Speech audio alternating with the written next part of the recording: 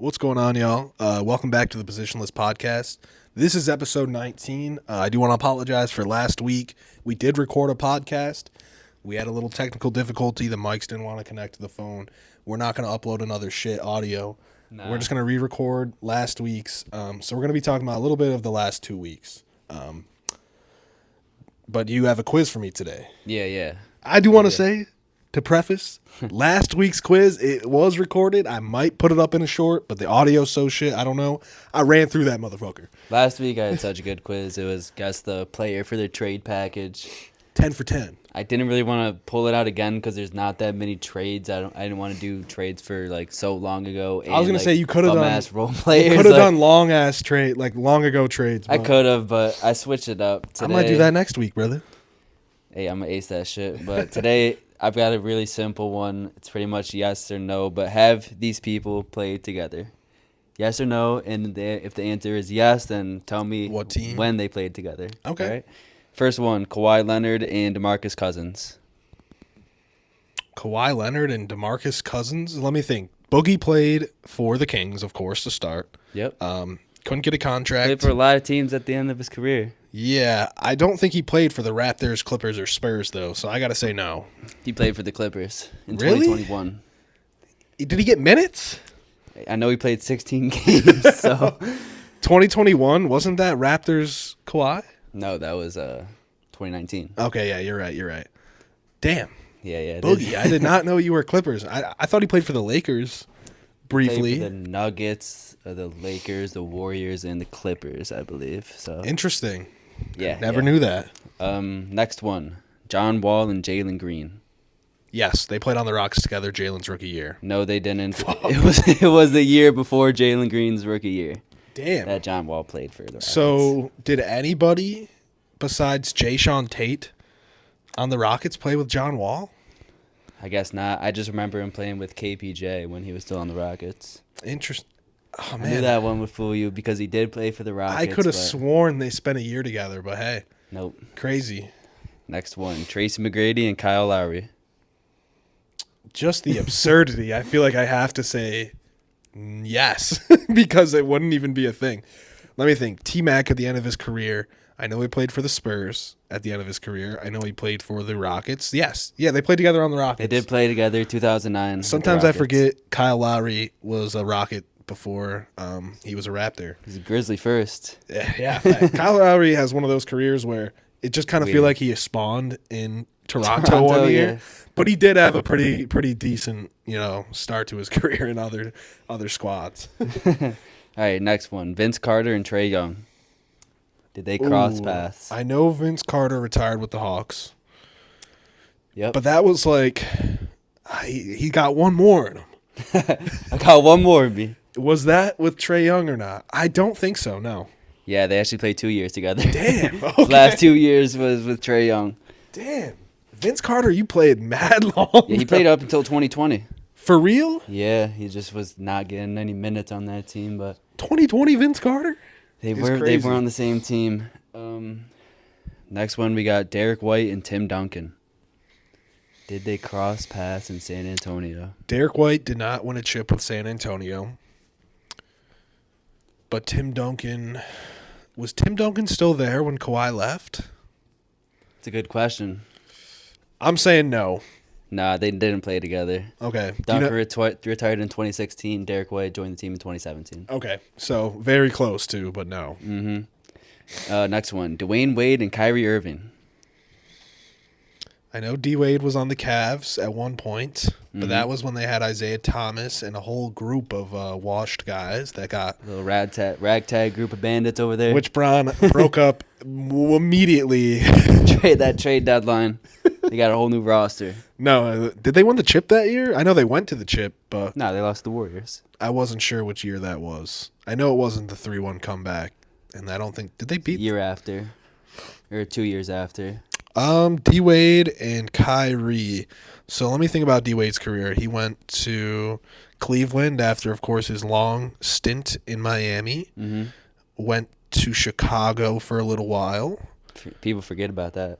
I don't believe he played anywhere else but there, so I have to say no. Are you sure?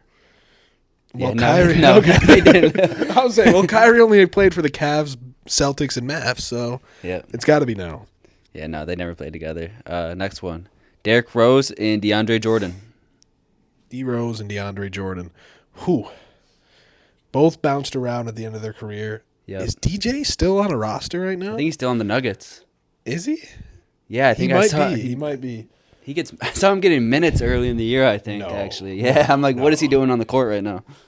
No. Yeah, there was DeAndre Jordan minutes in 2024. Hopefully none in Let's think. 2025. Derrick Rose, after he left Chicago, he went to I know Minnesota. what he's doing, too. He went to New York. He went to another team, the Grizzlies. I feel like there's another team in between that. Detroit, yes. But DeAndre Jordan, let's think. Cavs, not Cavs. I was thinking Mavericks because that whole situation when Oh, yeah, he committed to signed and signing. then- Did he end up playing for the Mavs? I think he did. I got to say no. Nah, they never played together. Okay.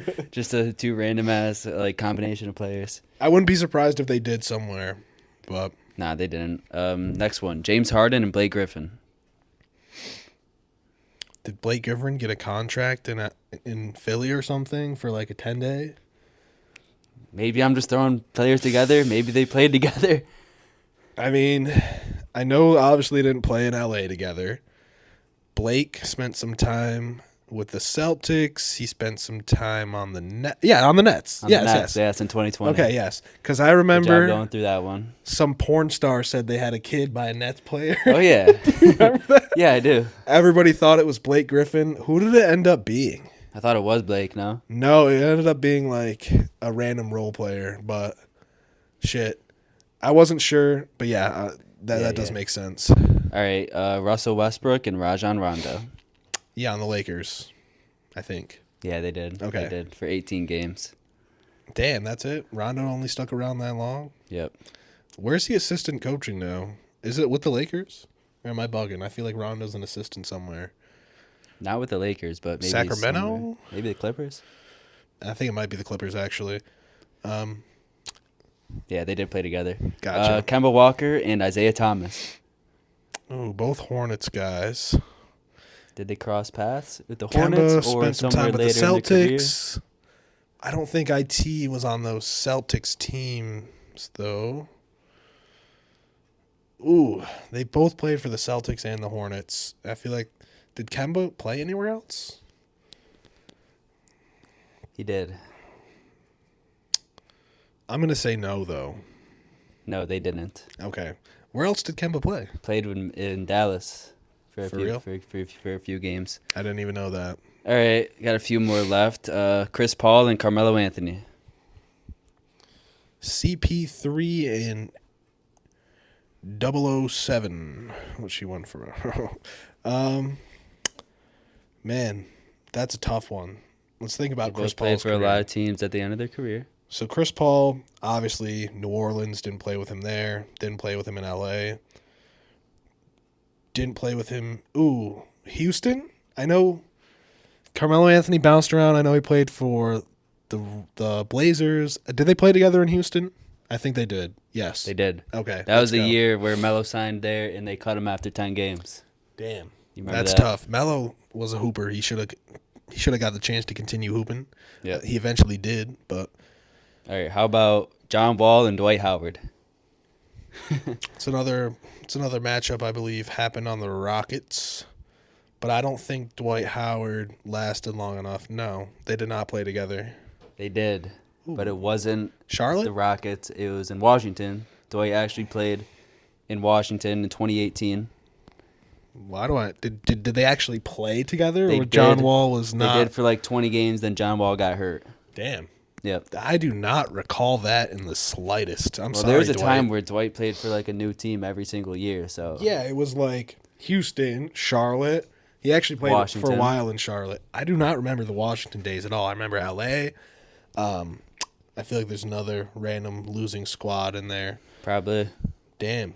Washington. Didn't know that. Yeah. All right. Last one on the list today. We got Kevin Durant and LaMarcus Aldridge. No, they couldn't have. LA was out of the league by the time KD left the Warriors. So no. They did play on that same Brooklyn team. Oh shit! Remember they signed Aldridge for that stretch? No. Yeah, so LA was still in the league when did LA retire? Am I bugging? probably the year after Okay. 2021. But yeah, he Interesting. was on that same team with Blake and Harden, KD, and LaMarcus. So I genuinely thought LA retired after his Spurs days. well, he had that heart condition, which he retired from, and then he came back for that year with the Nets. Slightly remember it now, but damn, Yeah, good quiz. yeah, Harder than I thought. Yeah, some of these guys, they really bounce around at the end of their career. Yeah.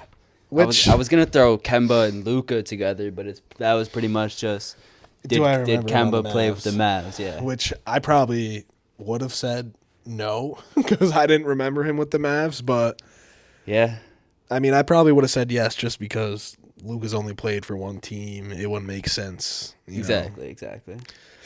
But yeah, want to get into our players of the week or Yes, player sir. for the past 2 weeks? Yeah, Because we're we kind didn't get of to it. grouping them in. I'll just start off by saying Bryce Sensabaugh was one of my players of the week last week. I don't remember exactly what he did. I know he put up like a 30-point game for the Jazz. Young guy, just wanted to show some love. Shout him out. But who do you got this week? Or This the last week, two? I got show love to Ant. He dropped 53 a week or two ago, and he had a stretch where he was averaging like 40 points in like 4 games. And this week he had a thriller against Ja, which Ja ended up hitting the game winner, but I had to show love to Ant. He's my number 1 guy. Hey, shout out Anthony Edwards. Too bad that squad still does not look too good right now. Nah, they don't. My number 1 guy, Jalen Green, bro. Last night against the Grizzlies, ultra efficient, 42 points in a game-winning basket. And it should have been an and one. Jalen Green has the worst whistle in the league. Let me just say that. Of course he does. I'm definitely being biased, but he really does have a bad whistle. Refs do not give him any benefit of the doubt. I mean, just watch the final play from last night. He was hooping though. Clear foul. Yeah. Clear foul, and whatever. He still made that bucket and took home the dub after. Just want to talk about that game a little bit because It was a great game. man, I thought it was over when Ja was going off in the 4th. He was coming back. At one point, we had like 4 turnovers in the row, and they went up by 13. Yeah. And I genuinely was like, I kind of clocked out. I wasn't paying too much attention. Rockets went on a nice run, fueled by Jalen Green. And they were hitting some crazy shots all night long. I mean, our whole game plan against Ja was let him shoot threes. He took 11 threes against us, which is a win within itself. Mm-hmm. I mean, he made 4 of them. So, like, not a terrible shooting night for him at all, but we left him wide open. If you get Ja to take 11 threes, yeah, it's a win. I mean, boy, we went into that 4th quarter down by 10. We did not start off well. And I genuinely was like, okay, that's a loss. You know, we beat him the other night. That's all right. I kind of want to see these two teams in a playoff matchup, though. That would be real fun to watch. Tough, gritty matchup, for sure. But either way, back to Jalen Green. Since the new year has dawned upon us, he's been averaging 30 points per game on 52% from the field, 45% from 3 on 9.5 attempts a game. Disgusting. And I know I started the year saying, I think this is real. He went on a pretty rough stretch for a few weeks there where he wasn't shooting great. But, man, every time I'm out, he pulls me back in. I don't know if you know that reference, but it's from The Godfathers. But defensively, he's looked outstanding. Against the Celtics a couple weeks ago, he got 2 really clutch blocks. Even though we did end up losing that game, he was really the only one that showed up for us that night. And I got to say, those stats, those aren't against bums, bro. As I said, against Boston, game against LA, Dallas, Memphis twice, 1 game against the Wizards, whatever, that's 1 bum. But, man, he's been showing his ass out there. Shout out Jalen Green. He's my number 1 guy this week. Yeah, I had to show love to Jalen, too. I didn't have him on there last week, but I'm glad he's really been hooping, so I had to show love to him this week. Yeah. If he can consistently be this guy, I don't know if he's going to be this the guy. all-star. Like, just this efficient, not taking horrible shots. Like he took 18 shots, but he made like 13 of them. I think 5 or 6 or 3. He's not taking bad shots, Yeah. and when he is taking them, he's making them. I So- mean, that's the thing about Jalen Green is a lot of times he is taking bad shots, but when they're hitting, They're not bad shots. It's fantastic. Yep. So when he's missing, man, it is some rough basketball to watch sometimes. But I do think his decision making has improved bit by bit each year. And man, I was gonna, I don't normally speak on the Drea situation with Jalen Green, but I did see a clip. This was like right at the beginning of the new year where she brought her 22-year-old son to watch her 22-year-old Yeah, that's crazy. boyfriend to play basketball or to watch him play basketball, which is absolutely insane. But hey, man, whatever you do, Andrea, you getting them right. So I got no hate for you. Yeah, nah, he's been hooping. Keep doing it. Another guy I gotta show love to, Zach LaVine. Hell yeah. He's past like 2 weeks. He's been averaging 30. He's really showing out. Just making the Bulls a fun team to watch, actually. Yeah. Because when he's playing like that, obviously he's already one of my favorite players as a Bulls fan, but just one of the best players to watch in the league, I think. Yeah, I had to show love to Zach LaVine too. He's really been showing the world who he is after so long of like. He got disrespected last year. He got disrespected for I think he was for a at long 81 time. in 2K. He's still like an 82 in 2K. It's crazy. Absolutely crazy. One of the best just bucket getters in the league. Yeah. He's been in the last 3 games of his averaging 33 points, 58% from the field, 47% from 3 on 7 attempts. I already said ultra efficient for Jalen Green. This has been uber efficient for Zach LaVine. He's really fun to watch. As you said, he makes the Bulls fun to watch. And, I mean, I think his trade value is going up a little bit. Not that I don't think. I don't know It what was the Bulls are ever- going to do at some point. Yeah. I mean, the thing about Zach LaVine is there is just that narrative around him that he's never played for a winning not a winning team, player. not a winning player. But boy, He's never had the opportunity to be a winning player. if you put him on, Where would you like to see him? I kind of like to compare Zach LaVine and Devin Booker a little bit because they do put up really similar stats. I mean, this year alone, Zach LaVine's actually been kind of statistically not blowing him out of the water, but he has been a bit better than More efficient. Booker. He's been a more efficient scorer. better scorer as well. I mean, Yeah. do I think he could have led that Suns team to the finals? I don't know. Nah. But I think if you put Zach LaVine in a position to get buckets and you put a good team around him, you can only get. I think he'd be great with the Magic. Yeah, that would be You a got great the situation defense for around him. Someone on the perimeter that can help out Paolo and Franz because, they both are the best when they get to the rim. 100%. You got the defense around him. Suggs can play the 1. Put Levine at the 2. What do the Bulls want back? Anthony Black? Yeah, literally just Anthony Black. Well, you need a contract in there. I don't know what kind of contracts the Magic have right now. John Isaac. Throw us KCP because he hasn't been great. They're not going to have KCP in that deal. You wouldn't trade KCP for Zach LaVine if you're the Magic? If I'm the Magic, you're taking Anthony Black and John Isaac and whatever other contract filler, and that's it. Maybe it's 2 second-round picks. That's fine with me, but That's fine with you? yeah, I'll take Anthony Black. Is it fine with Karniashova? I mean, he took Giddy for Alex Caruso, so seems like anything's fine for him. I would love that fit, though. Like you said, Perfect. it is perfect. I think it'd be good for Zach LaVine, too, to have someone like Paolo to Oh, yeah. not necessarily take the ball out of Zach's hands, but to set him up for just easier possessions. Yeah, because we know Zach's not a number 1 guy. He's a complementary piece to a guy like Franz and Paolo. I do think Zach could be like, I hate the terms number 2 and number 3 because you could be a number 2 that doesn't necessarily get buckets like Zach LaVine does. But I do think Like you might who? be more valuable. Like a Chet Holmgren. I think when guess, he's yeah, healthy, yeah. he's a better number 2 than Jalen Williams or J-Dub, even though J-Dub is probably a better bucket getter right now at this point in the. Well, I mean, it's close, but It's close, but no, I know what you mean. Just Like- what he brings on defense and offense. He can do everything. You can provide more value as a 2, not scoring. So I do think Zach LaVine's more of a third option, more of a second option as a scorer, but you know what I'm saying. I know what you're saying for sure. Yeah. Where he's not going to provide the value of a number 2, but I think he could be your number 2 scorer and your number 3 player. Some days he can be your number 1 scorer, you know? Oh, 100%, yeah. So hopefully he gets traded to a good team. But someone else I got, Trae Young. He's really been hooping. This was more last week. I don't know what he really did this week, but he was averaging like 20, 27 and 13. He had like a 24 and 20 game. So really just the engine of that offense. Hawks are still fighting for a play-in/playoff spot. So shout out to Trae Young. You think Trae Young's a top 3 playmaker in the league right now? You got to put Luka over him. I was thinking Jokic. Halliburton was in that discussion. I don't know where he stands right now. Of course, this hasn't been his best year. I think he'll do bounce you got to back. put Luka over him? Oh yeah, Strictly passing and playmaking.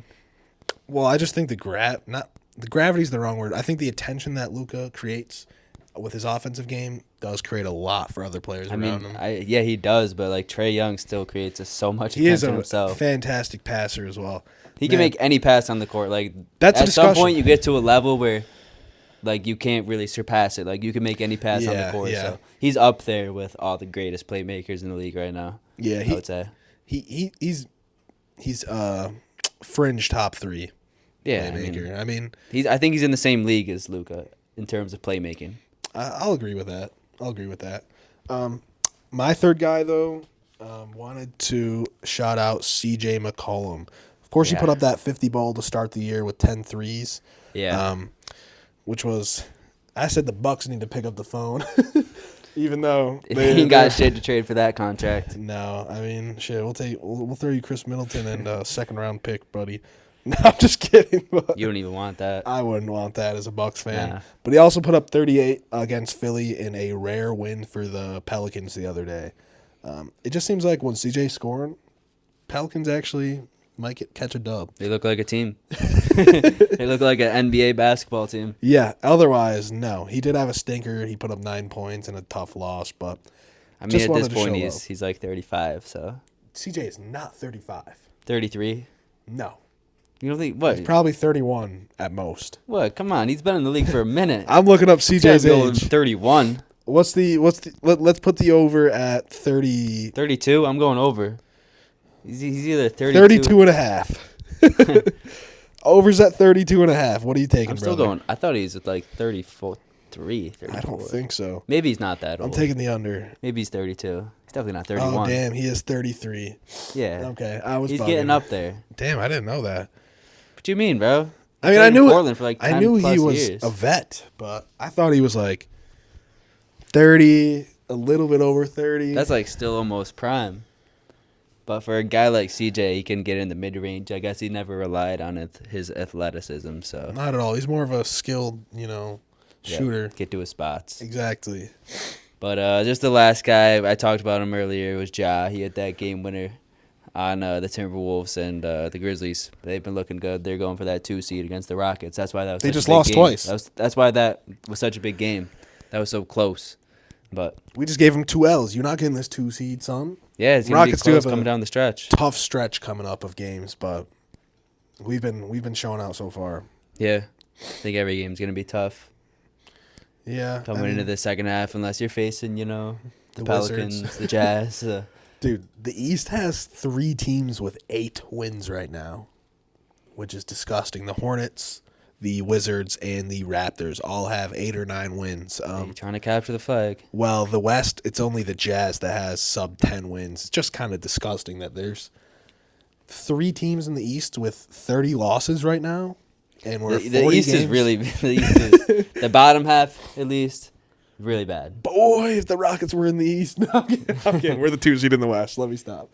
We're not better than the Cavs or Celtics. So Hey, but you see that Cooper Flag game? He just dropped 40 the other day. yeah, So there's a reason these teams are losing so much. shit. He's certified number 1. I'm not a college guy, but Cooper is legit.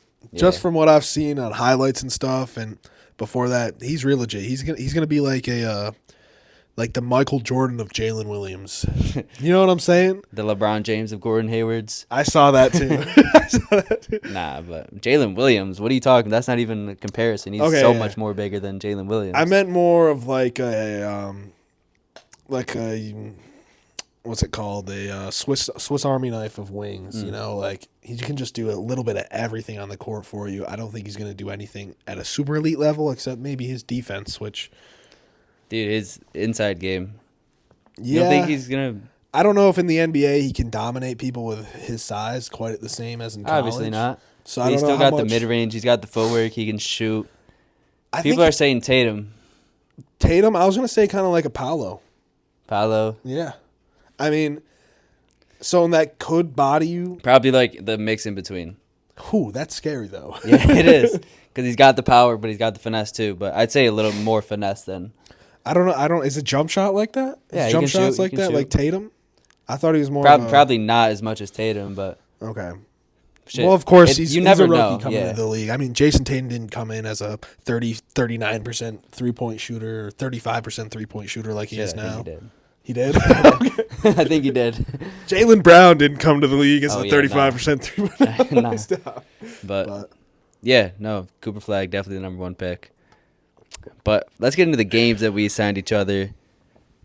hell yeah. I do got to say, you assigned me the Grizzlies Timberwolves from our cut episode. Yeah, we're not gonna go through the episodes that was cut Yeah. out. This is from the episodes that you guys watched. So these games are a little bit older. Mm-hmm. And the game that I assigned you, we've already talked about a bunch. It was the Rockets Grizzlies. So Yeah. let's talk about our games from last week. You want to start us off? Yeah, I watched the Bulls versus Spurs. Great game. Was it? Well, first half the Spurs kind of dominated. Vooch was getting cooked by Wemby. The Bulls comeback. Bulls comeback, yes sir. Zach LaVine had a good game, 30 points efficient, and Kobe White. He's been really on and off this year, but this game it was the same. First half he was off. Second half, fourth quarter he was really on. He had a slam on Wemby, Woo! and then a nice are little rare. scoop lay to have the game winner. And it's fun to watch whenever people are going against Wemby. Like, they always try to score on him. We saw LeBron do it the other night. Vooch was trying all night to get a bucket on Wemby, and they finally got him deep into the post. He backed him down, hit it with 3 pump fakes, and got him that little window where Wemby couldn't block it and got a bucket on him. So that was nice to see. But, yeah, it was a good game. Bulls actually came back in the fourth quarter, which is fun to see. And shout out to Billy Donovan because he's starting to bench Giddey, and Lonzo's getting playing time. He got his first start the other night, but Giddey wasn't playing good in this game, and he put Lonzo in the fourth quarter when we actually needed him. He was actually a threat to do something on offense. So shout out to Billy Donovan. Is Josh Giddey bad at basketball? It's like so many games. It's so different. Like, Yeah. he can't really finish at the rim. He tries, but he can't. He has no route. He has no moves. He's not a threat to really, like, no one's going to guard him on the 3-point line. So No. his only way to get better is to get better on offense. If he can develop some type of offensive scoring game, it will elevate him a lot because we know what he can do as a playmaker. Exactly. But when you provide no other threat on the court, people know you're trying to pass. They're not going to guard you like that. He's still young. I'm not giving up hope, but he is a free agent after this year, so it's weird. Like, Restricted? yeah. I don't know what type of money he's going to get. He's one of the weirdest guys in the NBA right now. Yeah, I don't know. If I'm the Bulls, I might just.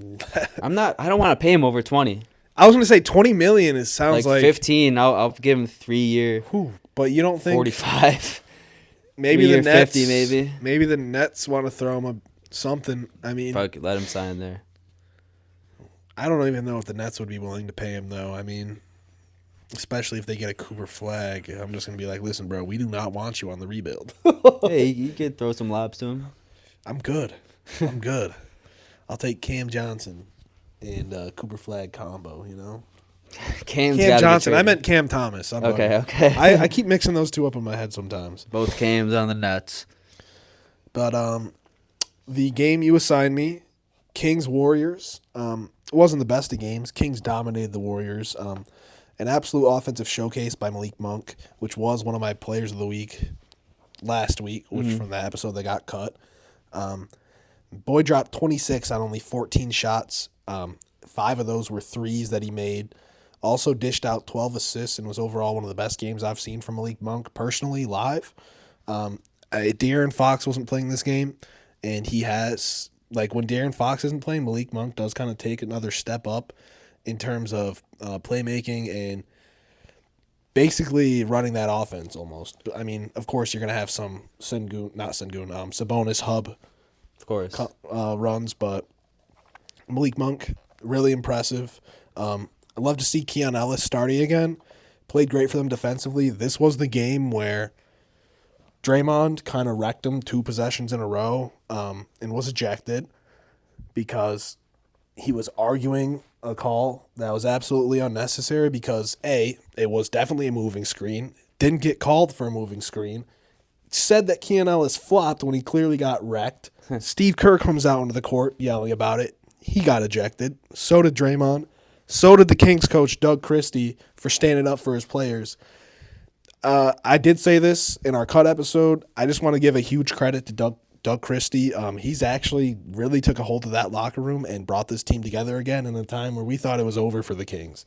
We thought De'Aaron Fox was guaranteed to be traded. I don't know how long their win streak is right now. I know it was at 6 games. It might be up to 7 or 8 now. But, damn, love to see that from the Kings when we really thought it was over for them.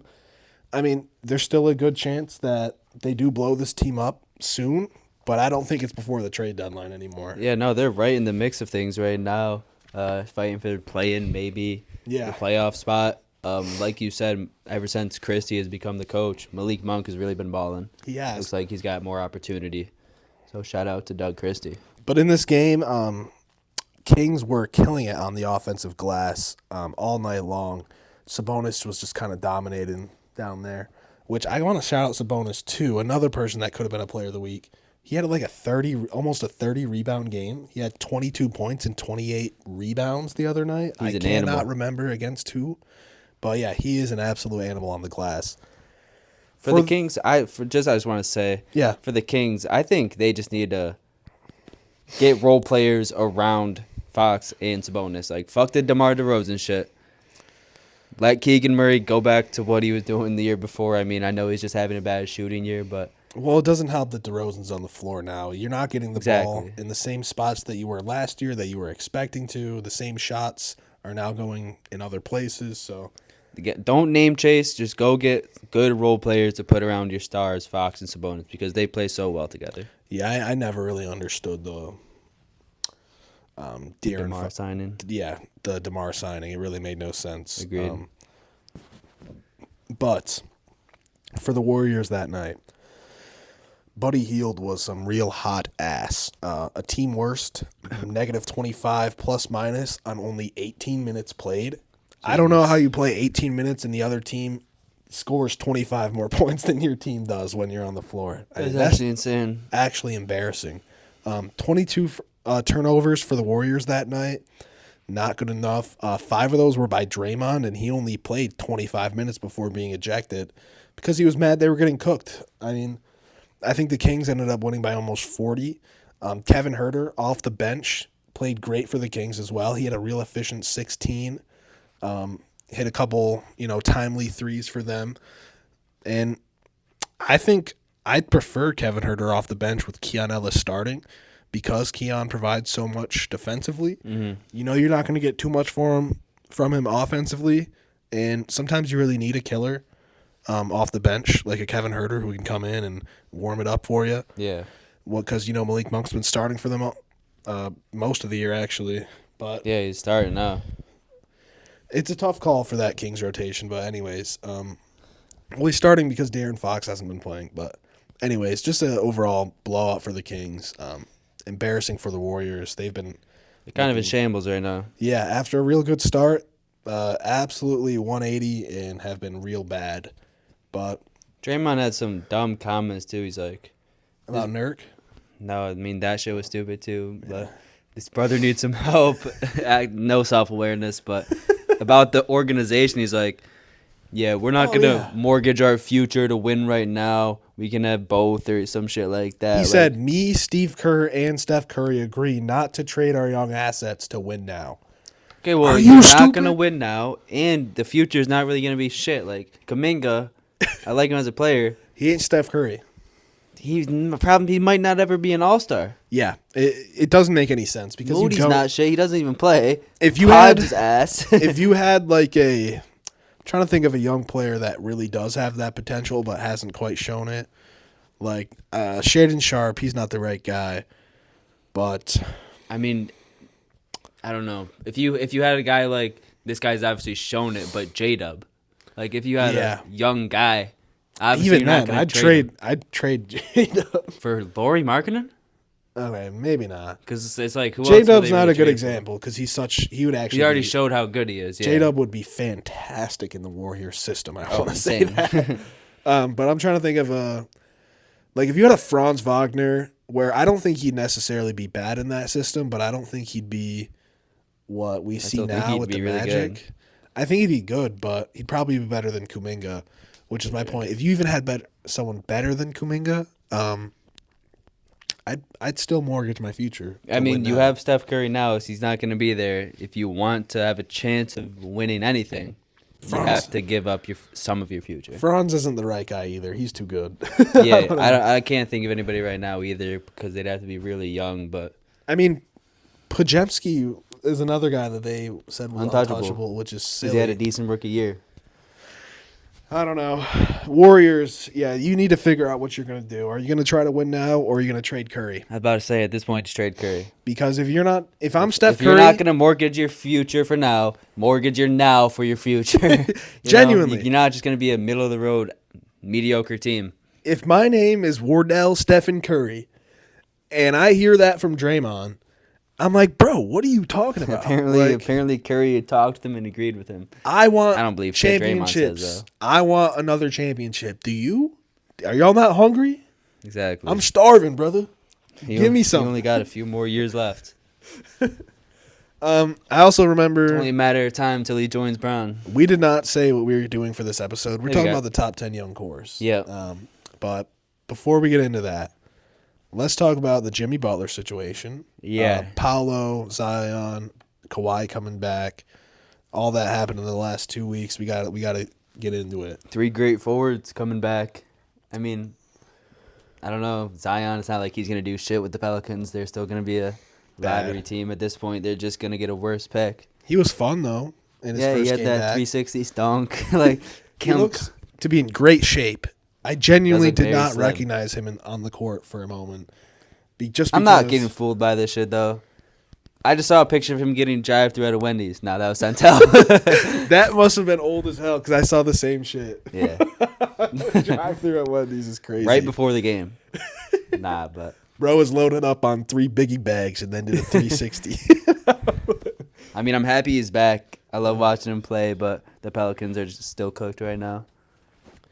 Yeah, what can the Pelicans do? Because you traded picks for. Did they trade picks for DeJounte? They had to at least trade one. I thought they were going to be a good team coming into this year. On paper, DeJounte, McCollum, they're one of the deepest rosters in the league. DeJounte, Herb, CJ, Trey Murphy, Brandon Ingram, Zion. They just needed a center. There's another wing in there that I'm forgetting, I feel like. They got Jose Alvarado. Jordan Hawkins, great shooter. And they all went down. And then, I mean, They all went down. pretty sure they have over 10 wins now, though, unlike the Hornets, Raptors. Still, I don't know Wizards. what they do the rest of this year. They're not going to make no play-in push. Do they have their own pick? I don't know. Probably not. I'll have to look it up. If they have their own pick, Zion, I'm sorry, you're not playing anymore. Well, he's playing right now, so I know he missed the next game after his comeback game. I think just managing it.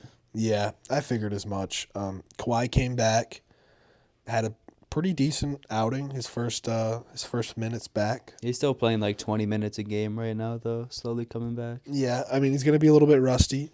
I mean, missed yeah. half a season. I think they're just gearing him up. Right Yeah. now. Which if he's comes into the playoffs at 100%, that's a team I don't want to face. For sure. I think the Rockets beat him, but that's still a team I don't want to face, regardless. Mm-hmm. And Paolo came back. Boy put He up, looks just like his regular what self. was it, 30 in 27 minutes Yeah. against the Sixers. again, it was against the Bucks. Well, I saw him against the Sixers. He bullied Paul George and slammed on his ass. But I think Sixers was his second game back. He put up about 20, but yeah, I remember that game because Giannis had to put up 40 to beat a depleted Magic team where Paolo only played 27 minutes. But he looked fantastic in those 27 minutes. depleted or not, the Magic are still fucking balling no matter what. Yeah, I don't know the timeline for Suggs coming back. Of course, he was looking fantastic when the floor was his. Yep. Yep. I don't think it's a long-term injury. Just Yeah, like he week had to a week. back problem. Yep. Yeah, did you see the fall? It Yeah, looked bad initially, but hey, Nothing broken or fractured. So yeah, good for the Magic. I mean, they're still a top 5 seed even with all of their guys. Franz, Suggs, and Paulo, they've all missed time. So I'm not worried about that team. Jamal Mosley, great coach. yeah, I'm not worried at all. Paulo, 3 seed still. Three Yeah. seed still. Yeah, I mean, yeah, he came back and hasn't. They take didn't any miss a time- beat. Didn't take any time to get back into rhythm. Not at all. And the Magic didn't miss a beat either. They've been on point. So yeah, credit to Jamal Mosley because I credited what's his name, Taylor Taylor Jenkins. Yep. because the Grizzlies are one of those teams where it doesn't matter who's playing that night, they're gonna show up and they're gonna play good defense, and they're gonna be in the game. The same things for the Magic. So that's a credit to the coaching when sure. one guy goes down and the next guy's ready to step up and fill his role. So yeah, Yeah. Yep. let's talk about Jimmy. Yeah. Report came out today that he had a face-to-face sit-down with Pat Riley. Basically told him not resigning, But you might as well fucking trade me. my thing is you're gonna turn down 50 M's. No one's gonna give you that much, Jimmy. Think he's He has a bluffing? player option. Think he's bluffing? Bro, if I'm Jimmy, I'm not turning down no 50 million just to make a fucking point. You can trade me next season. I don't give a fuck. He wants to play with Joy. You don't give a fuck about the money. I do. My point is like, what's wrong? Why would he even keep him at this point anyway? Yeah, he does He's not just want a to be there. distraction. Yeah, He's not playing well because he doesn't want to play. it's a distraction for his teammates. I saw he requested to get on a different plane than his teammates. Yeah, he's taking a private jet to every play now. I mean, how do you even get on the court with that guy after that? Like, bro, you can't even sit on a fucking plane with me. We've seen this happen before with Jimmy. With If the I'm Timberwolves fucking shit. Tyler Hero, bro, I'm pissed. If I'm Bam has been fucking hot dog shit this year. So Yeah. I mean, 16 points a night from a center on Very like unefficient. 45. Yeah. Worse from the field, honestly. His Like true 42. shooting. It's very I think his ugly. true shooting was sub 50, which as a center is absolutely fucking disgusting. If that's true. That's atrocious. It is. I mean, he's taking a 3 a night. But damn, Bam, you got to do something in the paint, brother. Yeah. I think he shot like 5 for 19 the other night. I mean, I do think Bam does have a right to be a little bit pissed off at Jimmy though, because bro, I mean, you can't just. I don't think the players are pissed at him. You wouldn't be mad if you're putting in work every night, and just because the fucking owner said one thing, like, oh, you probably shouldn't be talking shit if you didn't fucking play the games, which is absolutely valid. I would just have to imagine it's been more than that behind the scenes. Bro. I mean, okay, you're a little bit butthurt after that. You come to me pissed off. I Well, want to did you stand see on business. I saw something. He was pissed because the Heat haven't been aggressive. Their only signings were fucking like Thomas Bryant and They someone tried. else. I mean, Jimmy's carried this team to the fucking finals by himself. Yeah. With no Tyler Hero. that is a good That point. 1 year. Because he did request, he wanted Dame to come there. He wanted Donovan Mitchell to go And there. Dame wanted to go to Miami. He wanted Bradley Beal to go there. He wanted some help, and Pat they Riley dropped the refused. motherfucking ball. I do think the Dame situation So is I a think- little bit different because Damian Why? Lillard was demanding to go to Miami, and the Blazers were basically like, no. Well, it's because Miami refused to give anything up. They didn't really have much. Tyler Hero. I mean, what did they get for that fucking... How does that look today? No, I mean, credit to the Blazers. They did get hell of the picks from the Drew Holiday trade. Yeah. And shit from that. They got a good future set up, so I think that was a good trade for them. Yeah, But I mean, what Jimmy did for that franchise, he fucking put his heart and soul to bring him to the finals with very little help. It was really just Bam and fucking Max Strus going off, you know? yeah. So, I think Jimmy has a right to be kind of pissed. Like, hey, I've fucking balled out for this team, and you guys refuse to be aggressive to get any help. I don't disagree with that at all. There's definitely two sides to this story. Like I do see it from both sides where like Jimmy's absolutely right in being mad that I did carry you to the finals 2 times and got 0 help each time. I was 1 shot away from going to the finals a 3rd time. 3-0 comeback almost. It missed 1 fucking 3, Yeah. which he shouldn't have taken. That was a bad shot at the time, but still. I don't think so. Rhythm What do that you shot. mean? Yeah, but there's so much time left. But regardless, he definitely has a right to be mad at that. But either way, I don't understand the breaking point was you shouldn't be talking shit if you're not playing. That's just facts. I just think behind the scenes there had to be some relationship issues with Pat Riley and Jimmy Butler.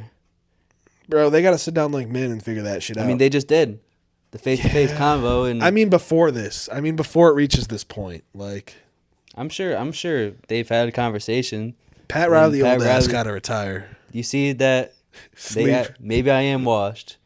Yeah. They asked him, they said, what do you think about people saying you're washed? He said, maybe I am. Yeah, that's crazy. Maybe he is. I mean, what are you getting back for Jimmy Butler, though? You're not getting much. At this point, A bag it's of going to chips? be Bradley Beal. Hell no. That trade won't happen, I promise you. I feel like he's going to be a Sun because the Suns want him and he wants to go there and play with KD. That's what I've seen. Pat Riley does not give a fuck. Well, then he's going to get nothing for him. Hey, bro, it might just be super petty. I'd rather let you walk and get nothing than They're both petty as fuck, so It's not like the Suns can sign him. nah, they can't.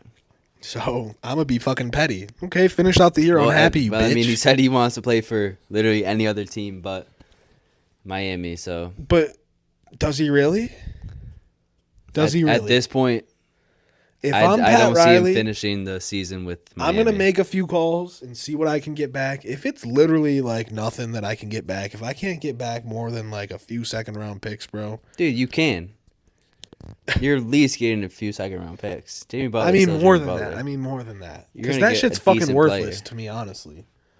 What's a 2nd round pick today? I mean, of course, there's the 1% chance that you're gonna get a decent player, but I don't know. It just seems like a waste of my fucking time. I'm gonna let you fucking be unhappy, you ungrateful bitch. I mean, the Heat are just gonna be mid then. Yeah, I just want to play him. I mean, You just sit Jamie for the rest of the year. yeah, I mean, Jamie, that's probably what he wants. that's cool with me. I'm not even like I just be like, bro, you are excused from every team thing. Like, we'll pay you, but you're not playing for us. You're not coming to practices. I mean, that's probably what Jamie wants. Then he's That's gonna cool with me. show up to fucking practice like you did with the Timberwolves and bust everybody's Show up to ass. practice. We'll kick your ass out, stupid. I got security. And fucking trade him then. At that point, Nah, I'm being petty. think he's Fuck you. Nah, that's crazy. I'm gonna let you be unhappy the rest of this year, and then see what that free I mean, agency that's market just looks like. bad GMing. Then at that point, Jimmy will just accept. I'm his trying to prove a 50 point. Mil I'm trying to prove a and point. sit and do nothing for 50 mil. Well, then I'd bad. trade him. If he accepts the player option, then I'd trade him. But I'd be like, hey, bro. Then you're not gonna. Then you're really not gonna. I'd be get like, hey, bro, anything. decline that shit. See what that free agency market looks like, Jimmy, because it's not gonna be good for you, brother. Well, okay, he's not gonna decline the player option. Let's be honest. So why is he? So he's bluffing. The sit down was a bluff. He Well, said, he "I'm he's not." not re-signing. He's not gonna sign a longer term deal. I Said mean, that was kind of implied of the whole situation, but He's definitely accepting the 50 mil, unless he gets traded because the Suns said they're ready to offer him the max extension. max extension. The Suns are insane. Dude, Matt Ishbia does not give a fuck, dude. I mean, you're already paying. Would you rather? Oh, God. Would you rather pay Jimmy for 2 more years or Beal for 3 more years? It's in not the for biggest 2 more contract years in if the you're league? giving him a max extension. It's a 2-year extension. So that's 3 years of $50 million Jimmy Butler. Yeah, would you rather give it to Jimmy or Beal? I'd rather let Beal walk at the end of his 2 years. It's the same. It would be the It's same not the amount same of time. amount of time. I just fucking get Jimmy, bro. They For they what? want to play together. That's a bad squad. It's better with Jimmy. Is it really? Yeah. Is it really? Yes. Really? They can play together. You don't have to fucking bring Jimmy off the bench.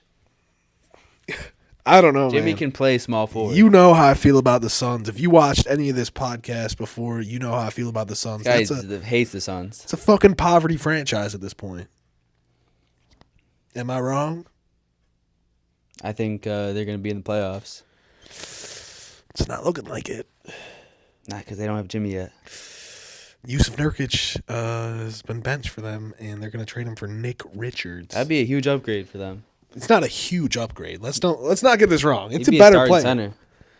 He's a starting center, yeah, but he's also the backup. They for just the need. fucking They literally just Hornets need a right now. rebounder and Just someone. the fact. Just They the literally fact. just need a rebounder and that someone who's solid on defense. A and that makes backup Richards. for an 8-win Charlotte Hornets team is a massive upgrade for your squad. Tells me all I need to know, brother. I mean, dude, you're they not a literally playoff just need team. a big man. Really? That's all they need. Fuck a bench.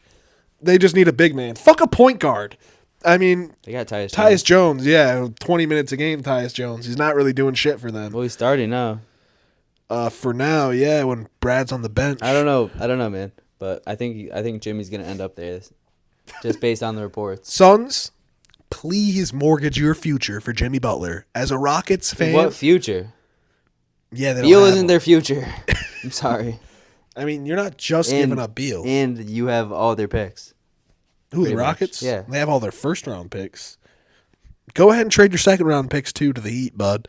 I am 100% bought in on the Suns being absolute garbage for the next 5 years, and the Rockets Yeah, cashing you're in not on getting D-Bucks, Devin so Booker. keep dreaming, buddy. We don't need him if Jalen Green's Keep playing like dreaming. this. Jalen Green's been playing better since Been playing better than D-Buck. in 2025. Yeah, because he's an inconsistent ass motherfucker. He's gonna do this for 10 games, and then he's gonna shoot 8 for 25 the next game. March came early, with baby. 7 turnovers. Yeah, he's gonna do this now. Then when the playoffs come, he's gonna get fucking clamped because he's taking shitty shots. Yeah, I'm happy he's making them now, but if you think this is gonna be him for the I'll rest of bet the year, you're money delusional. that he's pretty good in the playoffs because Sengun will get a lot of He's attention. gonna shoot below 45% probably. That's a bold statement, brother. Nah, it's really He's probably not. not shooting He less shot. than that in He, the regular season right now. he's in a sub 45% shooter for his career, but I do think he has turned somewhat of a corner with his decision making and his shot taking. But It's that's the same my opinion. shit. He's just making the shots. It's not the same shit, to be honest. But I'm not gonna get into more Jalen Green. Less tunnel vision for sure. Exactly. I kind of want to talk about Cam Whitmore a little bit before we get into this, though. Dude, when Bari and Tari come back, he's not getting minutes. He's getting Bro, DNP. he's been playing so well, though. And, of course, there was the whole – everybody on Twitter had to have a piece of fucking Cam Whitmore because he got mad at the end of one game. He's a fucking locker room cancer. Nah, I'm trolling. Chill. But, like, I'd be pissed, too, if I thought I was top 5 pick worthy, got picked in the 20s, had to spend some time in the G League, and I can't crack the rotation because my team's too good. I'd be pissed, too. And, you know, I don't know if this was on the previous podcast that was posted or we talked about it in the one that got deleted, but Ime knows what's up. I think he needs to get some type of rotation minutes when Tari and Bari come back, even if it's I at don't know shooting when guard. Tari's coming back. Ah, man, yeah, he's missed the last 12 games with leg soreness. Has it been? I thought it's more than that. No, 12 games is a long time. true. Yeah, it's like a month. Yeah, a little bit more. I think he's missed, but And it's not like there's any reports of him coming. But it's always like day to day, week to week. yeah, exactly. It's been day to day. Every other game we'll get the update of he's gone from questionable to doubtful, back to questionable, back to doubtful. So nobody really knows what's going on with him. I can only assume that it's nothing too serious or they would have said something and they just want to make sure he's 100%. You know, Ime's talking about it here and there, but I do think he will be back in the next month or so. I mean, but where is Cam fitting in? He can play some guard. Rare spot shooting minutes guard. at shooting guard. I mean, bro, his efficiency, his scoring efficiency is actually kind of insane. I mean, he's only getting like 17 to 20 When minutes he's out a game. there, he's gonna shoot the ball. And he's shooting it well, though. He is. And last night, to end the half, he did make a very good pass to Aaron Holiday. He for a passed the ball? three. He did. Can't remember. Someone had it at the elbow. It probably was Sengun. Got kicked around to Cam, pump faked, drove inside, dished it to Aaron Holiday in the corner to end the. I can't remember if it was the third quarter or the half, but I believe it was the half. And the half with a nice little three. He's just been very well. Amen Thompson as a starter, I think that's part of why Jalen Green has been so good, because when Amen Thompson has started at 4 for us, not only has Amen Thompson been putting up insane numbers. Yeah. I saw something crazy like last night he had like 19 points, 13 rebounds, 4 assists, 5 blocks, or 5 stocks. I can't remember which one it was. Only other Rocket to put up a stat line like this was Hakeem Olajuwon. I can't remember the exact stat, but Yeah, I mean, the guy's an athletic freak. I just got to say the combo of Jalen and Amen is very, very fun. Not only are these guys like top 1% athletes in the world, but they really cover each other's weaknesses so well. Man, that's going to be a duo that I'm excited to watch in the next few years because they are electric together. Yeah, And you're right. Amen in the starting lineup, I genuinely believe has You got to keep him in there. contributed to Jalen's run. I don't know what you're going to do as the Rockets now. You got so many options. I mean, Barry's a bench player. the thing with Bari is you're not going to find that size and the ability to hit some threes occasionally with his defensive versatility very easily. No, but he's limited. I get Amen's limited on offense too, but his playmaking, his ability to get to the rim and rebound and just finish inside. It's either Bari or Brooks, and It's Brooks coming off the bench or starting. starting. Brooks has been very consistent for us, but I don't know. It's hard to find a 6'10". If you're trying to win this year, We're not trying to win the championship this year. We're trying to figure shit out this year. I mean, you're the second seed in the West. And we're still got shit to figure out. That just shows you how talented the squad is. So why aren't you trying to win a chip? Do you think this is a championship You're not trying though. caliber team? Do You're you not think trying? it is? No, Obviously, I think they're you're first trying. round exit. Stop it. They're not a first round exit. But, I mean, how can you watch the game from last night and tell us we're a first round exit? The Well, Grizzlies are the 3 seed. We beat Right them now, 2 you're the nights in a second row. seed. The Lakers are the 7th seed. So that's an It's a easy tough dub. series. That's an easy dub. Tough series. Stop it. Rookie head coach in the playoffs is getting absolutely cooked by Ime every time. They cannot guard Jalen Green. They cannot guard Sengun if AD's not on the court, which, of course, AD's going to play 35 minutes a game, but that's a questionable. I mean, they literally don't have You will say all any the perimeter positive defenders. things Name about one the good perimeter. Rockets. Name one good perimeter defender on the. I'm not getting into this, Lakers. but I mean, you'll say the Rockets are gonna do this, Rockets are gonna do that. Rockets are the best team in the league. I never Every year. said that. No, but I was a year last early year, last year. Rockets are making the playoffs 1,000,000%. I was They a missed year the early. playoffs. I was a year early. And you This think year I you think, dialed it you, back. You think they're gonna sweep whoever they play in the first round? I never said it's a sweep against the Lakers. I'm saying it's a win, though. I said Lakers said sweep. I said dub. That's an easy dub. I did not say sweep. I think it's a tough series for them. Really? Yeah, I mean they'll probably win, but they still have no one on the team with playoff experience besides Freddie.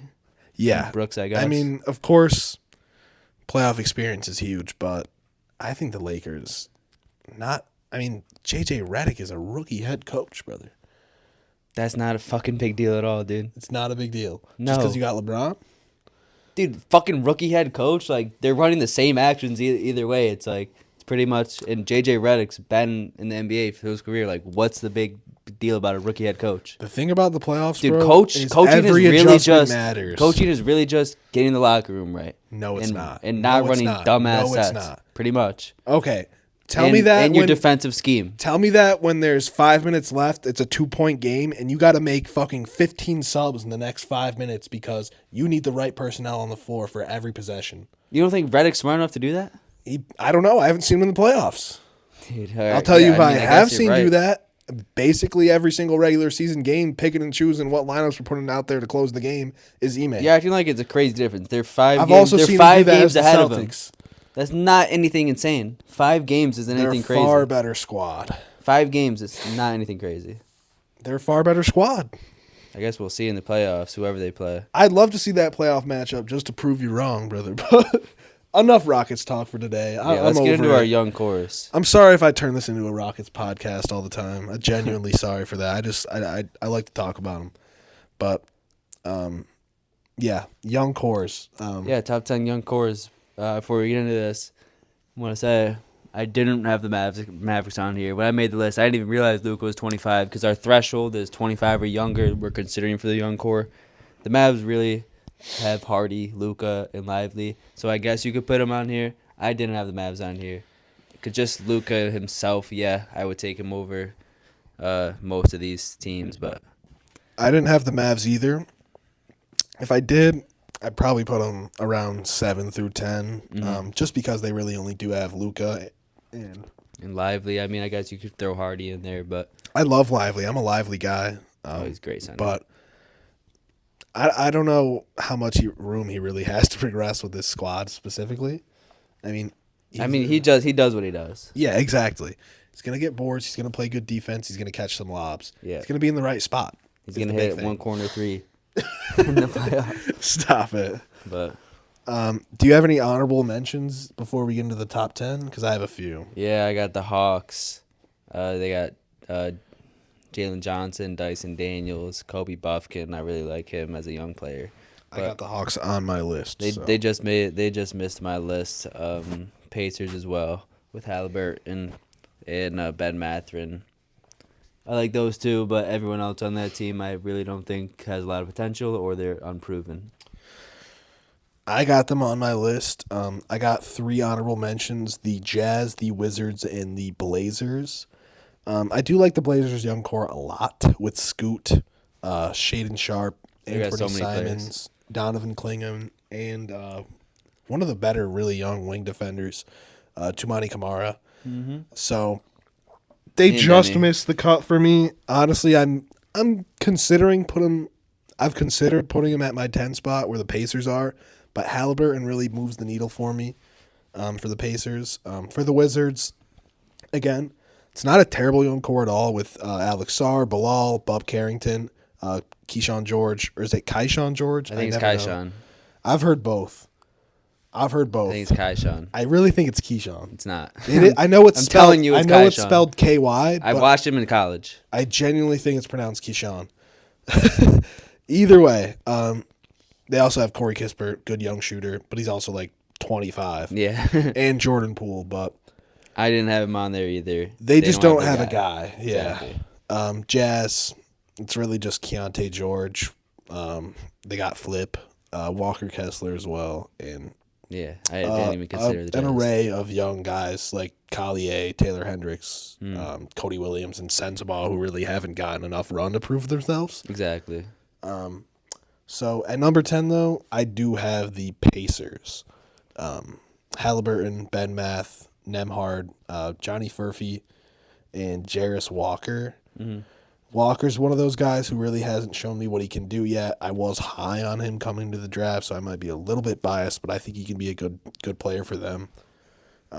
Ben Math, I know he started off the year really well. I haven't really kept up with the Pacers. Falling off a little bit.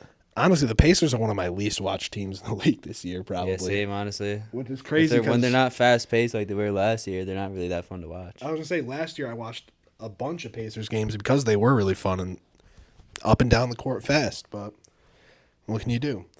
Who do you got at 10, though? 10's where I have the Blazers. Like you mentioned, they just have so many guys. I'm still giving Scoot another year. Simons, he's shown he's a good player. Shaden Sharp, still really young. Donovan Clingan, rookie. I think he's going to be a really good center. Like you said, they got the wings. Denny, he's still 23. Tumani Kamara. Keep forgetting about Denny. Okay. I forget it. Blazers are my 10 because of Denny, honestly. Yeah, and Kamara's really come on this year, showing what a versatile defender he is. I didn't know who he was before this year. Same. I mean, I saw his name last year. I didn't. But I don't think I watched a Blazers game. Like I said, I saw his name in the stat sheets, but really seeing him play a little bit this year, the few times I have watched the Blazers play, he's a really good player. Yeah. For his role. So I have him at 10. Who do you got at number 9, though? 9's where I have the Raptors. They do have the guy, Scotty Barnes, who Got the we know Raptors. he can be a really, really, really good player. Um, but besides him, the rest of the young core, RJ Barrett, we know what he is. He's not going to get much better. He's been playing really good this year. He's playing good. He's never going to be an all-star. Maybe a one-timer if he gets really, really lucky. But they also Manuel quickly fits perfectly with them. But I doubt he's ever going to be an all-star either, unless he just goes off and averages 26 one year on high efficiency on a good team. But they fit really well together. But Barrett's already 25. Quickly's getting up there. Grady Dick, great role player. He's going to be a great role player for that team. But really, they're here because Scotty Barnes. Yeah, I got them a bit higher than 9. Okay. Number 9 is actually where I have the Hawks. I know they didn't make your list, Nah, they didn't. but for me, when you have Dyson Daniels, Jalen Johnson, those two alone really kind of jump them up for me because they are solidified guys that do have potential to get even better. I don't know how good they get. I mean, shit, man. Dyson Daniels fits really well next to Trey. Same Perfect with fit. Jalen Johnson. Yep. Zachary Rizichet has shown me a few flashes every now and again. He's really not been efficient this year, but every once in a while, he'll get on a run where he's hitting his shots, he's getting to the basket, he's making great reads. Yeah, he's going to be a good role player. I think he can be better than that. I think he can be a Nah. number 2 for this team. Like a number 2 on a playoff team. Yeah. I think Never. he's got real Never potential. in his career. Stop it. Have you watched him? No, I like him, but he's not going to be never going to be a number 2 guy on a championship team. I don't know about championship team. I think he could be a 2-3. Like, I think he could be like an elite role player. really? That's all you're giving him? That's what when I watch him, that's what I see. I mean, I know in our first episode, I said Zachary Rizichet's a bum like 5 times.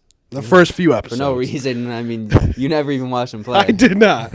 I was hating. Yeah. But what can I say? I've turned around.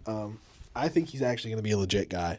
And Onyeka Okongwu was still under 25. He's No, he's had a best Good year of his season. career. and a few other younger guys like Kobe Buffkin and Vit Krejci still under 25 as well. Yeah. Obviously, he doesn't have a ton of potential. I don't even think he sticks on the Hawks for a long time. Probably not. But he's a good role player in I this really league. like Kobe Buffkin though. Really? Yeah. Why?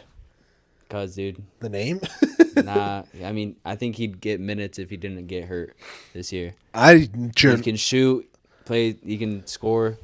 genuinely know jack shit about Kobe Buffkin.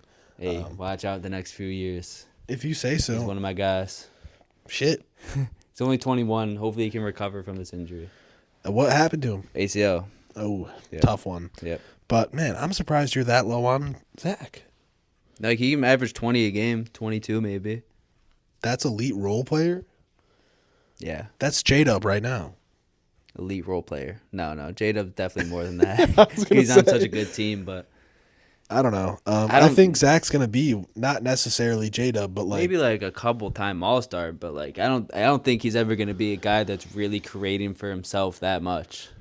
I mean, when you're playing with Trae Young, you don't have to. No, but you know what I mean. He's Yeah. not gonna be a Paul George. Ooh. He's not gonna be a Jimmy. It's not a bad mold for. I don't know if his playmaking is not his playmaking, his ball handling is like that. I need to watch a little bit more film on Rizichet before I make a call on like a good comp for him moving forward. But I do think he has a lot of potential. He's shown me He great does. flashes. He's a great decision maker.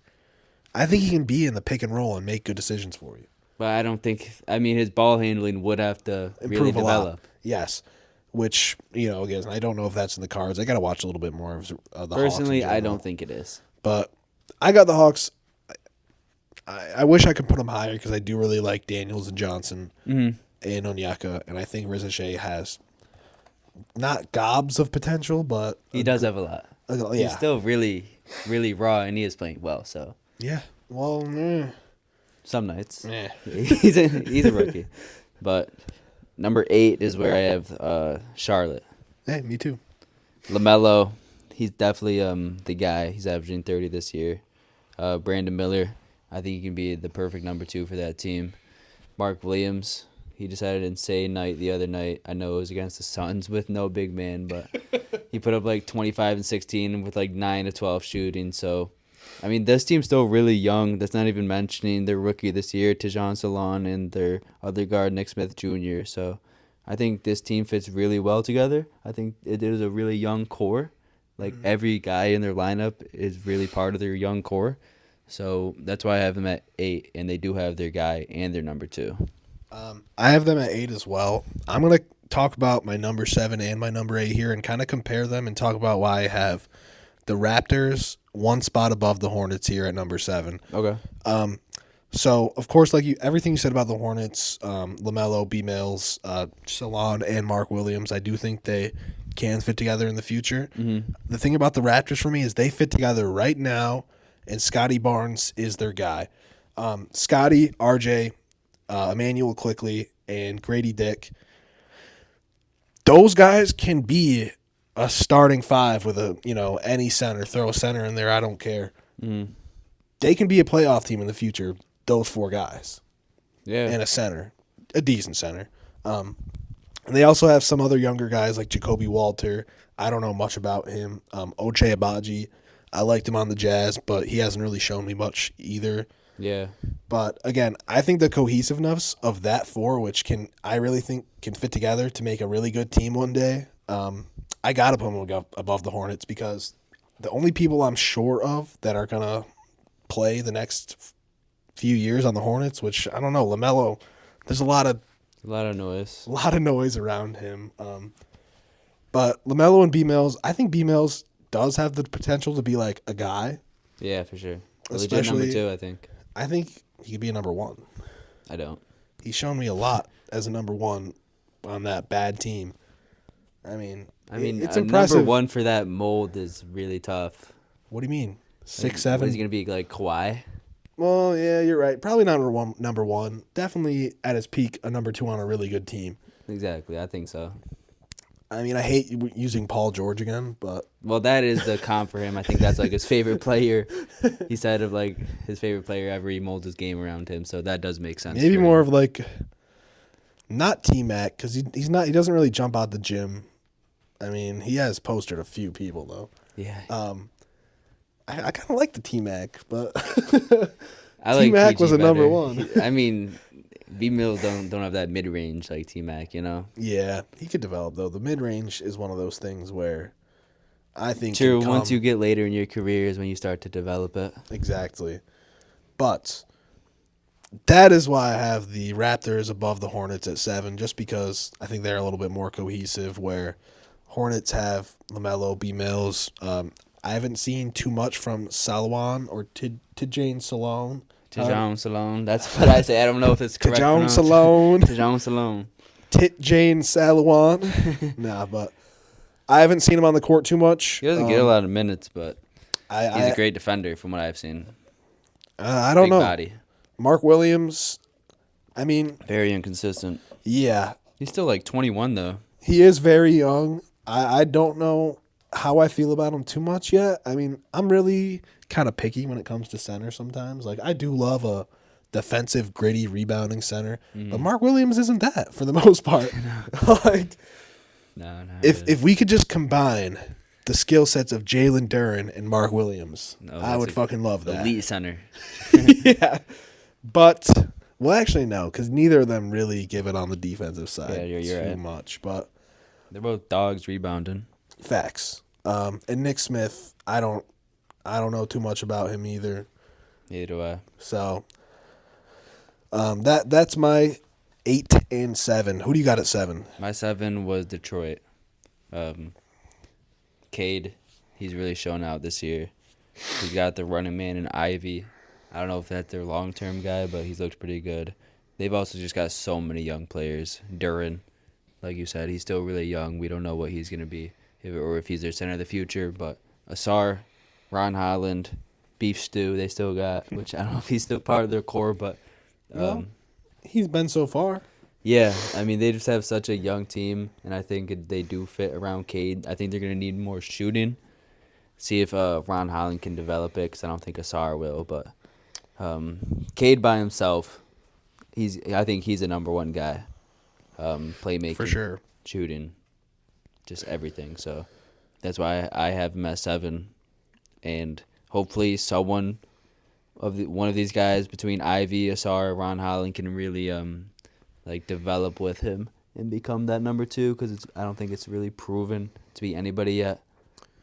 Yeah, I have the Pistons at 6, which I just got to add. I completely forgot to add the Grizzlies to this list.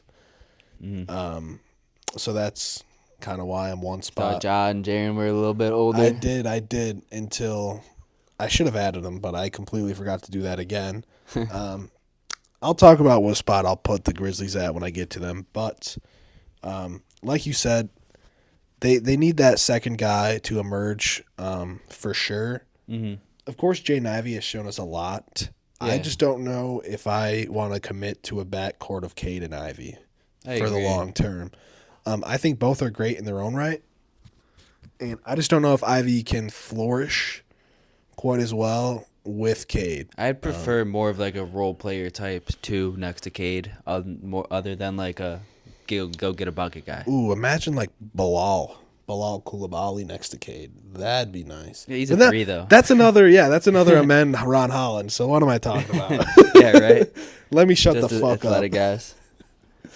What is like a mold like? I mean, of course, everybody would love a Dyson Daniels on their squad. So, of course. huh? That's a good question. Like Isaiah Joe or some shit. Like just shoot and play your role. That's what I want next to Cade. Not a guy that's gonna take the ball out of his hands. Yeah, but of course, Asar, he does have so much potential, especially with this. I love him and Cade together with this squad. Yeah. Asar's first game, not his first game back, but his first few games back. Boy, he caught a disgusting fucking lob from Cade off the backboard in transition where it looked like he flew. Big fan of the Thompson twins, if you didn't know that already.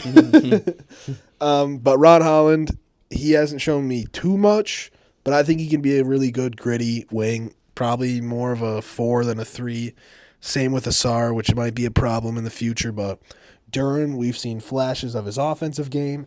Of course, we need to see a little bit more consistency and effort on the defensive end, but we know what he does on the glass. So, honestly, what props him up this high above teams like the Raptors and Hornets for me is Cade is better. Cade, yeah. I mean, of course, you know how much I love LaMelo, but if I was drafting a team, I'm taking Cade. Damn near. Yeah. Shit. Where are you taking Cade in like a Draft of everybody right now. like a draft of everybody right now? He's definitely first round, but Yeah. Yeah, I had him up there just because of Cade, and their team is so young still too. I mean, if you're drafting a team and you got to pick between out of these 5, what order are you taking them? Paolo, Wemby. I only leave the Rockets out of this completely because I'm biased. Chet, Mobley, and Cade. I mean, whoever on the Rockets is getting drafted last anyway. But I mean, obviously Wemby 1, probably Paolo 2, and you said who are the other? It'd be Cade, Chet, Emob, and Chet. Cade.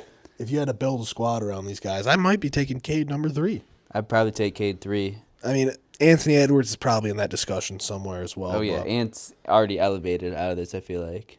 Well, maybe age-wise. Is Ant? Well, no, he's probably like 25, but Yeah, if you he's had been noticed, in the league. Timberwolves I don't. feel like he's been in the league for like 5 years already. Yeah, no, he's definitely like 23 or 24. I'd probably go Wemby, Paolo, Cade, Chet Mobley.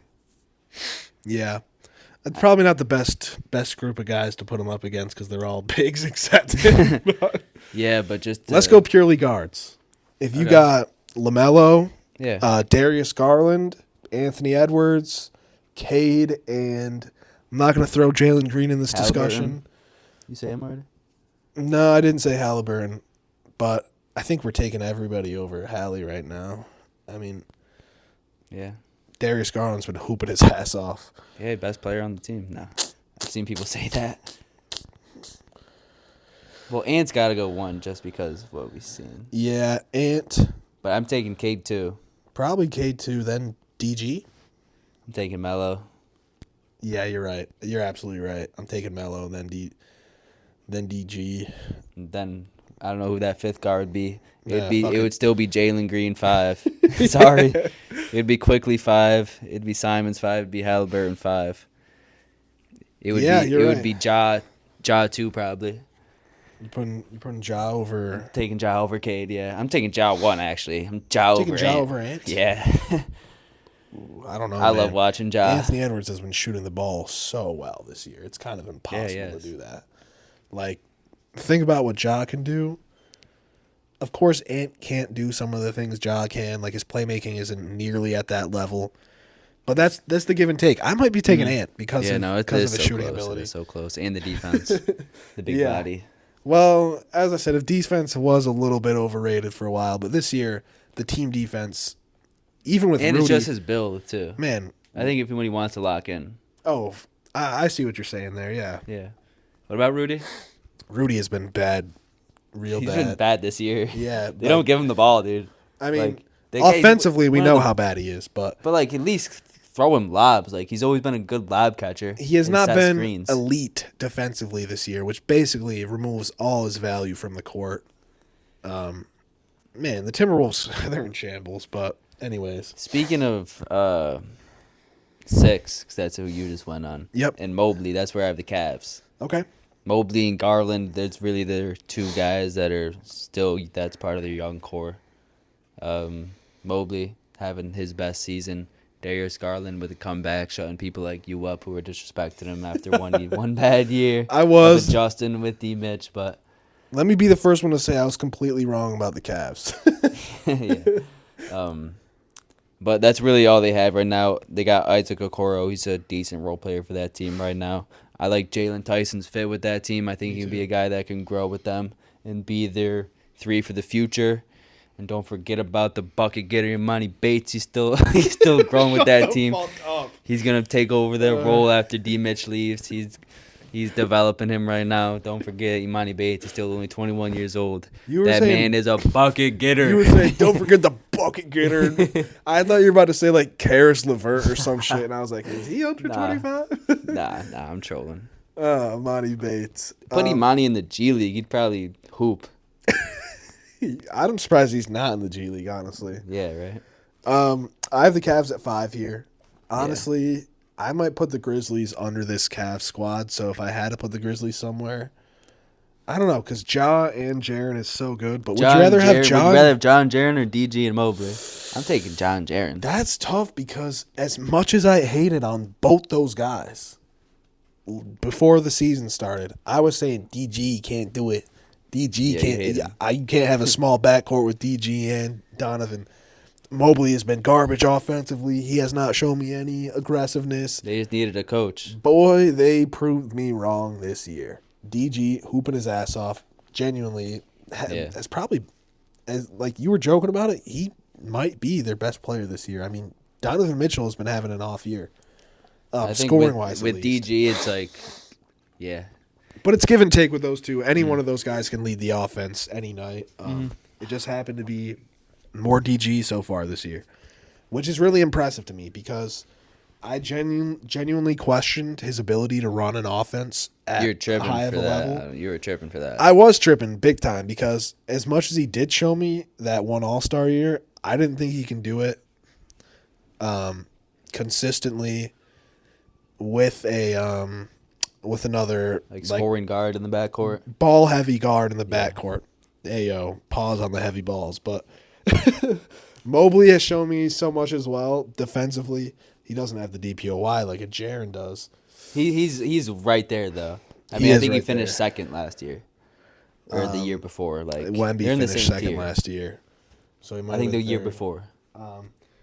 Same tier, probably yes. Wait, who the fuck won it last year? Last year It wasn't Rudy, was it? No, It might have been Rudy. I think it was Rudy. I gotta look it up. Let me look it up. How am I It forgetting had the to- DPOY from last year? It had to have been Rudy. I think it was Rudy. Because who the hell else would it be if it wasn't Mobley or Wemby? But personally, I'm taking Ja and Jaren. Yeah, it was motherfucker. Why is it not the first thing that pops up? Oh yes, it was Rudy Gobert, then Victor, and then Bam. which, man, that ship has sailed on Bam. I mean, still a good defender. Mobley was the runner-up in JJJ's winning year in 2023, which, yeah. damn, that's like a second-year player runner-up in DPOY. I mean, I know we saw it with Wemby last year, but Wemby's different as a rookie. I don't know, man. That's a good question.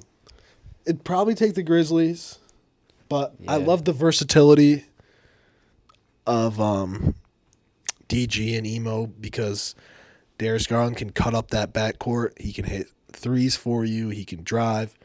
He can drive and kick. Whereas, So can Ja. yeah, he can. But again, the biggest thing with Ja is his 3-point jump shot. shooting. Yeah, which Darius Garland has been phenomenal this Obviously, year. clears him in that. I don't know, man. Mobley and Jaren are so like equal. I think. Which one are you taking? If you had to pick If I had to between pick long term, Mobley, just between and Mobley Jaren? and Jaren, yeah. I'm picking Mobley. it's tough, bro. Because Dude, Jaren has been such a fantastic year, though. he's so Fuck. good. His offensive game is like I never thought he'd develop it this good. Fuck. Like just his post game, but Okay, I changed my think- mind. Cavs would be under the Grizzlies because you got Ja, Jaren, Santi Aldama, Jalen Wells. Darius Bane's probably over 25 by now. Terrius Bane. Desmond Bane. Desmond Bane. Yes. SPJ, Scottie Pippen Jr. Mm-hmm. I've coined that nickname, by the way. I can't call him anything else. Yeah. I've got them even higher. I've got the Thunder at 5, with Chet, Ooh. J-Dub, Case and Wallace, and all their young guys like Dylan Jones, AJ Mitchell, Isaiah Joe, Nikola Topic. Joe, Nikola Topic. Yeah. Of course, they would be one if we could include guys like Shea, Ihart, and Aaron Wiggins, but All they're over all 25. They're all 26, I believe. Yeah. I know Shea is, but I've believe all got three of the them are. Thunder at 5, Talk and then I've got the Grizzlies at 4 okay. with Ja, Jaren, Zach Edey. He's only a rookie. Yeah, He's forgot about definitely Zach. only gonna become more Ooh. accustomed to the speed of the NBA game and get more conditioned. Damn. Jalen Wells, great rookie year, like you said. Scottie Pippen, Gigi Jackson still on that team. I'm surprised you put up the Rockets over him. I think that's a discussion to be had, actually. It is the Rockets. Literally, entire team is literally the young core, besides Dylan Brooks. So Freddie. Freddie, yeah, but literally their entire team just has so much potential, and they're building their young core, and they're already so good. So that's why I have the Rockets at 3. I mean, I have the Rockets at 3 too, but just thinking about the Grizzlies now, it's questionable. For sure. Because it wasn't Ja, easy. Jaren, Zach Edey. Ja and Jaren already just established. Yeah. Nobody on the Rockets I mean, really talk to me. established. Would you rather, if you're a GM, you'd rather be the Rockets than the Grizzlies, right? That's a tough So question. Tough. Honestly, I'd I be might the- flip actually. No, let me tell you why I'd rather be the Rockets, because you have so many assets. Yeah. Eventually, you're going to have to consolidate You got to cash in at some point. Yeah. because we have so many picks as well. I mean, not considering the picks, though, I think I'd still rather be the Rockets because we have so many guys that are going to have a lot of value moving forward. Yeah, and I think even your best guys, like Amen, he's really only getting an opportunity this year. Like, we have no idea what he can turn into. Same with Reed, I mean. Amen might just be a 4, bro, because playing him at the He 4 can has play been... 1 through 4. He can. So, and yeah, didn't even mention guys like Reed Shepard, the third And, pick. yeah, and Cam Whitmore, Still just oozing with potential. So, Bari and Tari. yeah. Yeah. But either way, where are we at now? You were talking about the Thunder. Thunder 5, Grizzlies 4, Rockets 3. Word. So mine, if I had to pick here, I'm switching my whole shit up. On the fly. I'm dropping down the Thunder because without Shea, I don't know. Hey, Chet's still Chet, though. And Chet's J-Dub's still J-Dub. Chet, yeah. Fuck. And Case and Wallace. Would like, you rather Case have and Wallace is J-Dub really and good. Chet or DG and Emob? J-Dub and Chet or DG and Emo. That's another fucking tough call, man. I'd probably Honestly, go with DG and Emo. I'm slapping those 3 teams, the Thunder, the Cavs, and the Grizzlies into one tier. But again, Yeah, with the I've got 'em Thunder, 6, because you also 5, still 4. have Case and Wallace, Isaiah Joe, Topic. Mm-hmm. There are some other young guys on that team that are not coming to mind right now. Dylan Jones, I mean, he's a Yeah, rookie Jay this year. I've Mitchell. seen him get minutes though. Exactly. A So other they Jalen can, Williams, yep. he's not really going to be a guy, but he could And be a rotational they piece can for still some team. they still contribute on some nights, even on such a good Thunder team. Yeah. Whew. Yeah, that is a tough call to make, but let's just hop into our top three because we've talked about those three teams for a while. You said you got the Rockets at 3. Yeah, yeah. I got the Rockets at 3 as well. I mean, that's about the highest you can put him. Yeah, I can't put them over those top 2 squads, but man, Jalen Green, LP, Amen, Tari Bari, Cam, and Reed are their main guys. Yeah, I said all that without even mentioning Jalen and Sengun. Like, Yeah. like that's already a given. Like we don't even know. Sengun's still only like 21 to 22. Yeah, Like 20. I think he started the season at 21. He might have turned 22 recently, but maybe in February he turns 22. still Yeah. really, really good. Very, for very how young. he Very, is. very good. LP, he's been on and off this year. Mhm. After being so consistent last year, I really thought he was primed for a huge jump. But again, it's been on and off. We haven't really used him as the hub that we did Yeah. last year. Of course, he's still capable of that, but he's been giving so much more on the defensive side where I understand his offensive efficiency is going to drop a little bit because, you're tired. It's hard to get the touch on those post shots that he did last year when, you're a little bit more gassed out because you're holding down our paint on the defensive side. So, Yep. give and take with Sengun. It's my only really bone to pick with him where You can't be a perfect NBA player. no, you can't, but he has so much potential. Again, gobs of potential on this team. Yep. Just those top 3 guys. I mean, JG, LP, and Amen. Boy, you said it when Amen got drafted. He could be a 1A.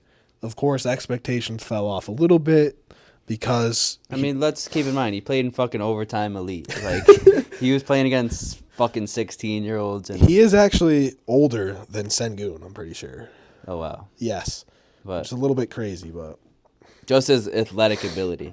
yeah. That's why I love him so much. And he's very skilled. Smart too. That's the best part about him is how smart he is. Yeah. Fuck, I love Amen Thompson, but You want to get into our top 2? yes, sir. 2 is where I have the Chicago Bulls. No, okay, let me stop. Let me stop. Kobe White, fucking modest, about to be the best player in the league. No, Can't forget about Julian Phillips and Dalen Terry, brother. Yeah, Dalen Terry's him. But no, okay. Number 2 is where I have Orlando. They've got the 2 guys already who are established, Paolo and Franz. They got Jalen Suggs, great role player next to him. He's really showed out this year, showing what type of player he can be. They still got a young guy like Anthony Black and Jet Howard, who knows what they can develop into. And Cole Anthony's still on that team. I don't know if he's a part of their core, but when he's been getting minutes recently, he's been getting buckets. We it's know hard he to can say get he's not buckets. part of their core after this recent run. Ever since college, he's been a bucket getter. So I'm not sure if he's part of the core. Maybe he is, maybe he isn't, but he's on the team now, and that's why I have him at 2. I couldn't put him 1. All right, man. I got the Magic top 2 as well. Top 2, but they not 2. I got the Magic at number 1, bro. Let me tell you why I got him over the Spurs. Okay. Because Paolo's that guy. Paolo's going to be Paolo a is that fucking guy. 30-point per game scorer next year. I'm just saying, bro. That's a lot of points, bro. It is a lot of points, but he's going to do it. Franz is your clear number 2. You have that set. Is he? Yes, No, I'm he kidding, I'm is. kidding. We saw him as a number 1, and he looked damn good doing He's it. better as a number 1 than a number 2. I mean, probably, but you could say that about 90% of the players who are decent with the ball in their hands. Jalen Suggs, shooting has been insane the last 2 years. I didn't think he was going to carry over. He was shooting almost 40% a game from 3 last year. I didn't think that was going to carry over, but he looked really good, especially even when he was the number 1 guy for them. Yeah. He was putting up 17 points a night, dishing the ball around. I'm a big Suggs fan. What he brings defensively is really hard to find anywhere else. Yeah. And he can run your offense a bit. Yeah, his Huge ball Suggs handling fan. really surprised me, like his shooting off the dribble and shit like that. I didn't expect that from Suggs. Yeah, he handled them balls well, huh? He was ball handling to the max, and he looked good doing it. Hey, yo. But then they also have Wendell, who's under 25. I don't know if he's a part of the core, but he's a good player, and he was playing really well, along with Cole Anthony, when all 3 of their top 3 guys went down. Don't forget about Goga. Goga Batazzi's not under 25, is he? I don't think he is. But he was balling too. I was just Gogo, showing him out. I actually watched him live at a Magic game, the place where I got this hat, only NBA game I've been to. Gogo was hooping that game, actually. But you got to remember, they also have Anthony Black, who is he's shown me flashes. Yeah. I think he can be a really good guard in this league. I think he can start for them next to Suggs eventually. Maybe. It really depends on that jumper. His jumper isn't bad. I mean, he can be a 3-and-D Inconsistent, guard though. for them. Yeah, But he's also a good playmaker, so I don't know. I don't see 3-and-D really being his role. You know, Yeah, he's not that efficient as a shooter. not even close. No, but like you said, they have Jet Howard as well. Cole Anthony has been hooping for them lately. Yeah. You forgot to mention one person, though, brother. Who did I forget? Tristan da Silva. Oh yeah, yeah. Boy. I mean, oldest rookie in the league. Oldest rookie in the league, but he's hooping. I don't give a fuck how old you are right now. No, I mean he's hooping. Because it's actually an 100% high IQ pick because he kind of fits the mold of Franz and Paulo as well. A big guard, handle the ball a little bit, can get to the basket. He can shoot the three as well. I love Tristan da Silva on the Magic now. No, he's good. I mean, I just don't see him That's- improving a lot. I see him as a backup He's gonna for be a them, decent role player for him for sure. but I think he's going to be a very impactful role player for them. Yeah, he could be. Because you can always have two big fucking lanky ball handling guards, not guards, I wouldn't call forwards him a guard. Yeah. on the floor at all times. I mean, you take Paulo off the floor, you still got Franz. You can play them together. You can play Paulo and Tristan together. You can play Franz and Tristan together. Yeah. It's It is scary. a great pick. I love Tristan on that team. I think he's going to be really well for them. I don't know if he has the potential to be really, really like I fantastic mean, I think he player. is what he is right now. Maybe like he'll improve on the basic shit and get a shot better, but I definitely wouldn't say he is what he is. He's only 22, 23, but yeah, he's a role player. A good one. I think he's going to be really impactful for that team in the next 5 years. Just because what he can provide for the rotation. I agree with that. I don't know. Maybe I'm hyping up Tristan da Silva right now, but he also had like when he was the only guy on the squad, he had like a 30-point game. Yeah. The main scorer for them that game. I mean, that's with Cole Anthony and Cole Anthony and Wendell and KCP out there with him. Those are the top 4 guys out there with him. Yeah, you wish you had Wemby because that's why the Spurs are the best young core in the league. I got him at They number have the 2. greatest player of all time on their team. Hey, yo, take his dick out your mouth for 2 seconds and think about what you just said. Hey, yo, it's his second year in the league, and he's putting up 30 and 10 and He's not 5 putting up blocks 30. He's putting up like pretty much 26. every night. Yeah, he is absolutely insane. Making 6 threes a game. Only reason I couldn't He's just put him developing right now, and they still got a guy next to him like Castle fits perfectly. And Vassell, I meant to say wouldn't say- Vassell fits perfectly. Yeah. Castle's still developing. He's a rookie. Jeremy Sohan fits perfectly. Defensive He does. glue guy who can play make. The only reason Don't I have forget him about low, Branham and Wesley. Just kidding. You can forget about them. They ain't Malachi shit, but Branham and Blake Wesley. Champagne, though. I think he's going to be a Is he decent under role 25? player. He's 23. Okay. Keldon Johnson. I I think- personally don't think he's a part of their core, but he's looked good this year. I think Champagne basically is what he is. I don't see how he can get much better. He's a good shooter. No, I say he's a good role player. Yeah, but Good shooter. Maybe he can develop a little bit more off the dribble. I but mean, I'm I think taking Tristan da Silva over Champagne. Not right now, for the that's future. not even a. What are we arguing here? Tristan da Silva or Champagne? Yeah, what are you're we right. arguing? You're right. Only reason I have the Spurs at number 2. Obviously, they have the best player on. Well, I mean, Paolo's in that conversation, but no, let me stop. They have the best They have player Victor on this list. Wembanyama. They have. What was the Hector Banana Bread? Hector Banana Bread. Yeah. Obviously, they have Hector Banana Bread, and that's going to be huge for them. But Yeah. they only really have 2-3 other guys. I mean, Keldon Johnson's on that squad, but we know what Keldon Johnson is. He's inefficient. Sometimes you don't know what he's doing on the fucking court. Yeah, he's a random ass player. You know, sometimes he looks really good. Sometimes he looks really bad. You can get to the rim. Yeah, That's I mean, about it.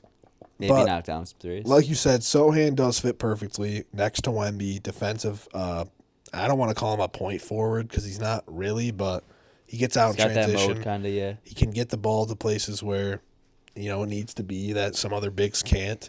Yep. He brings so much energy for them. I'm a big Sohan fan at this point. When he came to the league with the stupid fucking hair, I was like, fuck this guy. He's trying to be Dennis Rodman, whatever. But, he's turned me into a big fan, even though he said fuck Houston. Whatever. Yeah, fuck Houston. Turn the other cheek, brother. I'm a fan of your game. Either way, Castle, obviously, That's why I have him so high. I'm a big believer in Castle. I'm still on the fence with Castle. I do think he has a lot of potential, but will he reach it? Probably. I'm a big believer in him. I don't know if you can play Castle and Vassell, though. Why not? They're very similar. Not really. I mean, of course, Vassell's more of a play finisher than a play maker. Yeah. But I don't know if I'd love to see Castle as just I think they fit very well together, actually. Castle at the one. Yeah, he's a point guard. I don't know. That was kind of speculated on coming in to the draft, but I mean, I guess you could say he's a combo guard, but he has the ball handling skills of a point guard. Hopefully, obviously, Chris Paul is going to help him read the floor and develop him that way, just like he did with Shea. But I think trade for De'Aaron Fox, though. Best getting to the rim. I don't think that shit's going to happen, to be honest. But Castle, great at getting to the rim. He's shown flashes of his 3-ball this year. So I'm a big believer in him. I mean, the Spurs got a few guys. The Magic got a whole squad of guys, though. And Paolo's they as got close Paolo, to Franz, and Suggs, yeah. Paolo, Franz, and Suggs, and Anthony Black, and Cole Anthony, and Tristan DeSilva, and Wendell Carter has proven what kind of player he is in the league. Yeah, mid center. Yeah, he's mid, but he's only 25. That I don't want. That I don't want on the floor to close games. Why not? Cause he's fucking a 6'9" center. Yeah, but that's not gonna protect the rim. Paolo is as close you can get to Wemby talent wise. Yeah, no, Paolo, best definitely like top 3 fucking young guy in the league. I mean, if you're drafting a squad, are you taking Paolo or Ant? I'm taking Paolo. I'm taking Paolo. Thank you. I'm not gonna disagree with that. I mean, it's not like Ant. It's not close, but just the things Paolo does at this young his size and his age is crazy. It's pretty much like the prototypical NBA player nowadays, like the wing. So yeah, 6'10", unless ball you're handler. a 7'5" demigod. I mean, that is basically the prime suspect for number 1 picks nowadays. 6'10", can handle the ball, can basically score anywhere on the floor, and plays great defense. And he just has a squad of guys that I think fit really well around him. Every guy I named, I think, can play right next to Paolo. No, I mean, Franz is the only one where I'm like, it might take a little bit away from his game. But even Franz, before he got hurt, he was playing out of his mind. Yeah, as the one. Yeah, I mean, I guess we saw like 8 games before Paolo got hurt, but they were still really good together. Yeah. Franz's 3-ball looked good, so. Yeah, I mean, Wemby. That's why I had him 1. And Castle and Vassell, obviously. I mean, I can't argue it. I don't know. You're a lot higher on Castle, it seems like, than I am right now. I mean, I think Castle's a good player. I don't know if I think he's going to be a phenomenal point guard for them in the future. Personally, I do. But is that all we got for the young chorus? I believe so, brother. One thing I want to mention, this Paul George shit that's going on. Have you seen any of the quotes he said? He said he's fucking bored out there or whatever he said. Well, if you watch the full quote, he was saying, I'm bored playing center because I know every rotation I have to do. I got to stand here and do this. And I mean, I don't really get where he's coming from or why he would even say that to the media, but I don't know either. And also, it's like it wasn't as bad as social media made out the board thing to be. I just got to put that out. Watch the full clip. I mean, I didn't watch the full interview post game, but I watched the question and answer to that, and it was not nearly as bad as it was blown out to be. Yeah. But Paul George, you're playing like shit. I swear, I don't know if I'm tripping or not, but obviously he's fucking sitting this game because it's every other game he's sitting out because we got it on the background. He had like a fucking camera next to him. I swear he was like fucking recording for his podcast or some shit. I hope I'm wrong. I hope I saw that wrong, but bro's a podcast merchant. Bro should just. Bro quit said podcasting's harder than playing basketball. What? No, I'm kidding. Okay, I was about to say. I think that was a troll. I mean, I saw. I think that was a That's troll. got to be Centel. Yeah. Brother, you're averaging 15 on shitty shooting numbers this year, so. And why is he sitting every other game? I don't get it, bro. Like, the 76ers piss me the fuck off. It's not like you're. It would make sense if you were a fucking top 6 seed and you had playoff. Yeah, if you're a top 3 seed. Y'all are not, like, far away from You guys 500 are still, like, right now. 10. You guys are, like, 14. I don't even know if you're in 10th yet, but Maxi's sitting. I got to look up the record. Last time I checked, it was, like, Obviously 14 Embiid sitting. 20 or something. Like, I mean, you signed Paul George to be the guy when Embiid's not playing, right? well, no. It meant to be Maxi's, too, when Embiid's not playing.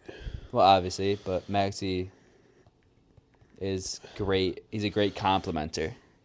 Yeah. They both are, but both take the load off Joel when he's not playing, and neither of them are playing this game. Sixers are 15-22, sitting at the 11th seed under the Bulls. Like, you're worse than the Bulls, and you're fucking sitting. Like, Oh, man. it pisses me off because I was so excited to watch this team. I lied. Magic were not the 3 seed. I said they were earlier, and I forgot Knicks took that spot. But It's so close right now. yeah. All right. Shit. Anything else you want to talk about? I know we got to assign each other our games for this week. Well, I don't think there's any crazy streaks going on right now. I mean, of course, Kings 7 in a row. Yeah, right back in the mix. We talked about them. Suns sitting at 500. Hey, I'm excited to see, because we predicted those playoff standings. Yeah, You had the Warriors like 6. They're at 12 right now. I know. But Suns are at 10. we both had the Pelicans projected to make the playoffs. Hey, I'm talking about just a few weeks ago, not preseason when we did project. Oh, yeah. I'm we talking did. about not preseason. I forgot about that. Yeah. There's no way I put the Warriors at 6 the second time. You put the Warriors up there. I know that for sure. Because I had the Clippers at like 4 or 5 or 6. Maybe I did. And Shit. I know you were high on the Warriors. I had the Lakers up there too. They're 7. Again, but, from 6 to 12, there's a 2-game difference. Exactly. So. So, it is really close, and especially since the Kings are back in the mix now too. I mean, that's actually disgusting. It's going to be 6 to insane 12. end of the season. I mean, it's going to come down to injuries and if anyone makes any minor trades. True. But yeah, literally 6 Clippers are 11 games back from the Thunder, and Warriors are 13 and a half games back from the Thunder at 12. So Yeah, I mean, just some perspective there. it's like the Mavs and the Nuggets are only a few games ahead of the Clippers too. And out east, I mean, it's pretty much if the Sixers don't get past the Bulls, then they're cooked. But Pistons, they're right back up at 8. I think Pistons have a real chance to crack the top 6 seeds before the year ends, especially if they make a move. Yeah, I think it'd be tough Zach because LaVine the to the Bucks are still Pistons. coming up. Zach LaVine to the Pistons. What do you think about that? I'll take Ivy, bro. Who said you're getting Ivy back? Well, who the hell else would they trade? You're getting like, what's his name? Tobias Harris and picks or something. But it's like at that point, why would you even want Ivy if you're the Pistons? Because he's a good He's player. decent off the bench, but like, Yeah, I think Ivy. are you gonna pay him and keep Levine on the team too, or are you just gonna trade for Levine and then just let him walk? You're not gonna let him walk. You're gonna trade him as well. What? You're gonna trade Ivy. You're gonna trade Ivy? Yeah. For like a center or something. I mean, you got Duran, but you could upgrade that spot I mean, I don't think we're just trading Levine for Tobias Harris. in picks. One pick. We need a first rounder. Who wouldn't take it? Huh? Who wouldn't take a first rounder? No, yeah, we'll take a first rounder. Yeah. I'm not just trading Tobias for Harris, in a one second. pick. Yeah, sure, I'll take that. Okay. I don't love him on the Pistons either, but good shooting. They need shooting. Yeah, so that's my thing. They I need like it. shooting. We were about to trade him to the Pistons I mean, last fuck year. it. You can start Zach at the 3 and start Ivy too. I don't like that at all. I mean, it's not going to be for long stretches of the game. I don't think I'm closing the game with that lineup, but I'm saying Yeah, they can. I mean, I play do together. really like Cade and Levine together. That would be nice. Even though I said earlier I like the role player, but like Levine just I feel like they would fit so perfect next to each other because they're both big. You don't think Levine could be like a tier 1 role player on a good team?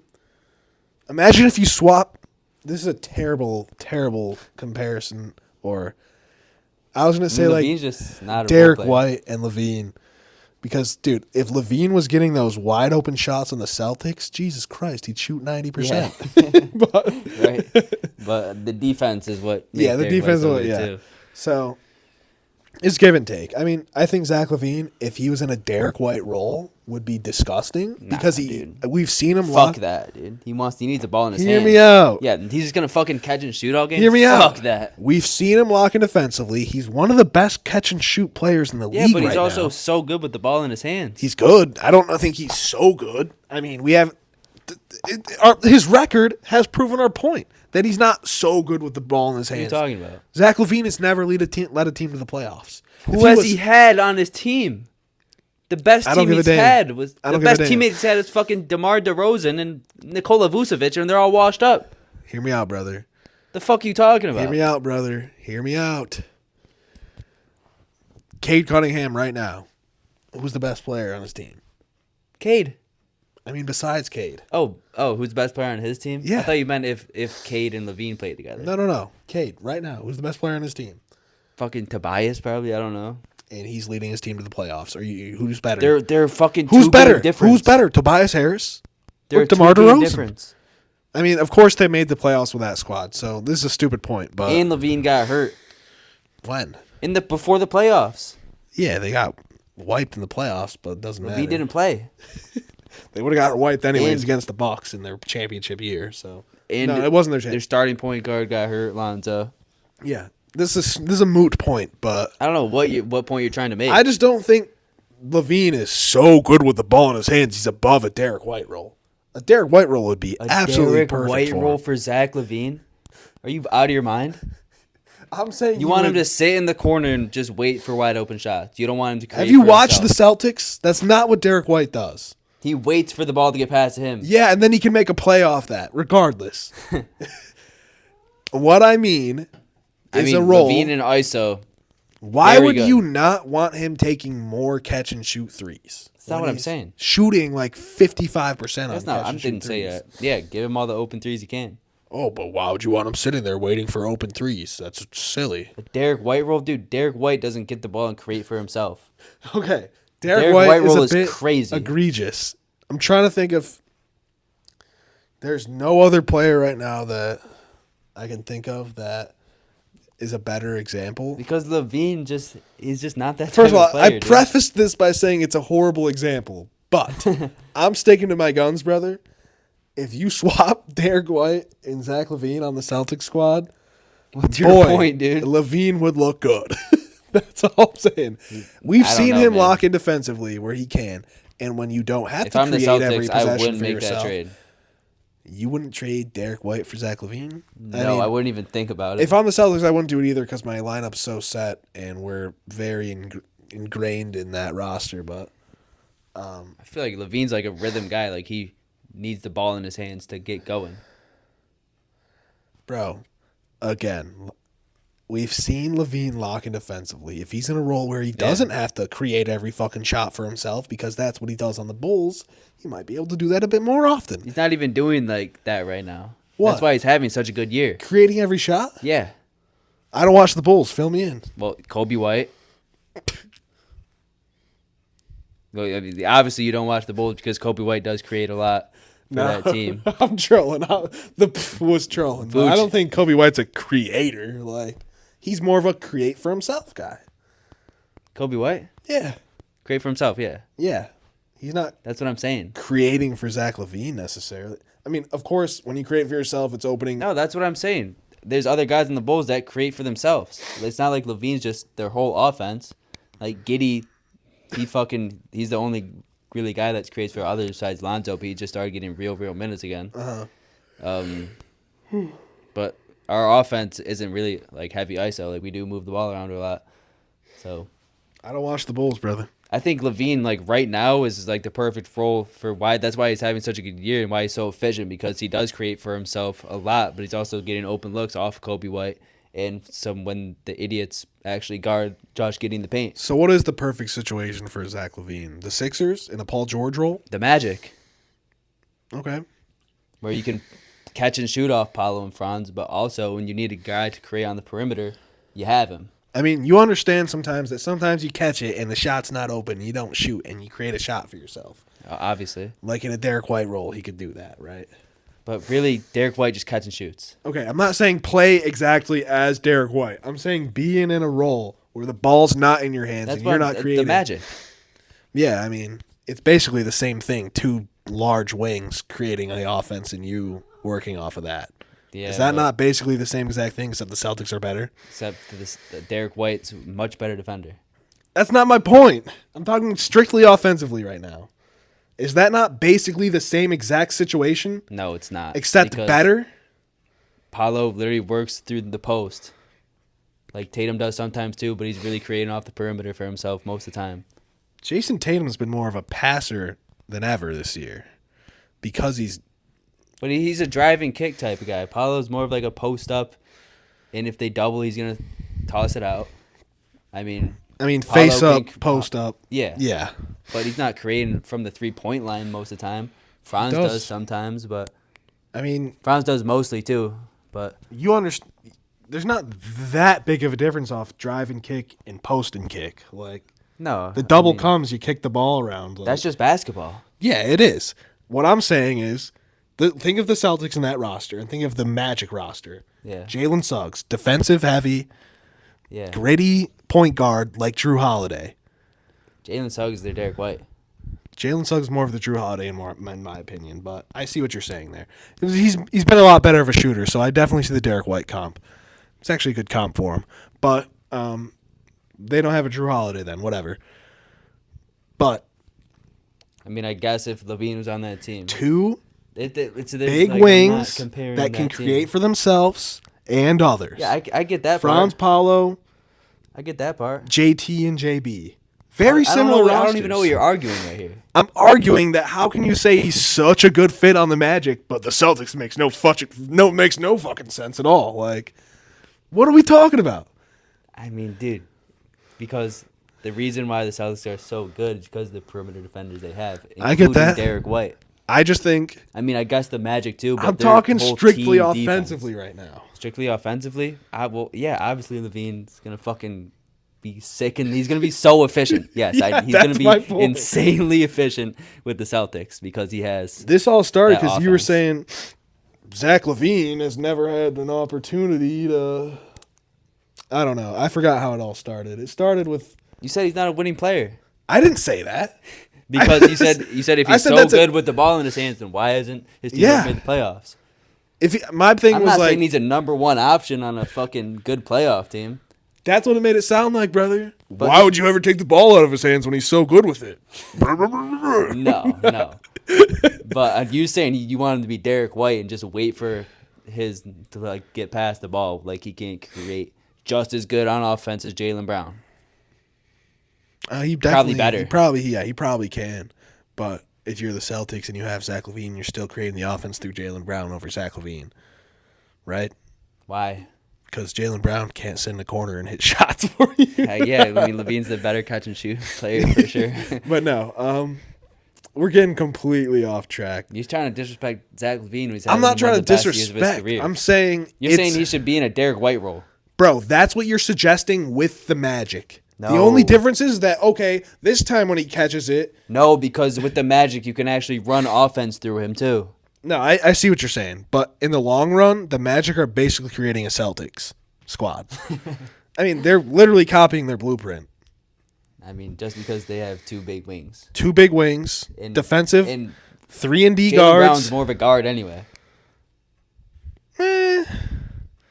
In my opinion. Definitely more of a wing. He can't really dribble with his left. No. I guess you're right. Definitely more of a wing. Jason Tatum's closer to a guard than Jaylen Brown is, Not in my even opinion. Close. Why? Because he's taller? No, because Jaylen Brown's handles. His breakdowns, like his dribble breakdowns. Jason Tatum doesn't get handles. to the rim dribble, but he does a crossover and uses his body. Just because someone doesn't make them a fucking guard. Dude, guards it's about ball handling. It's not about that at all.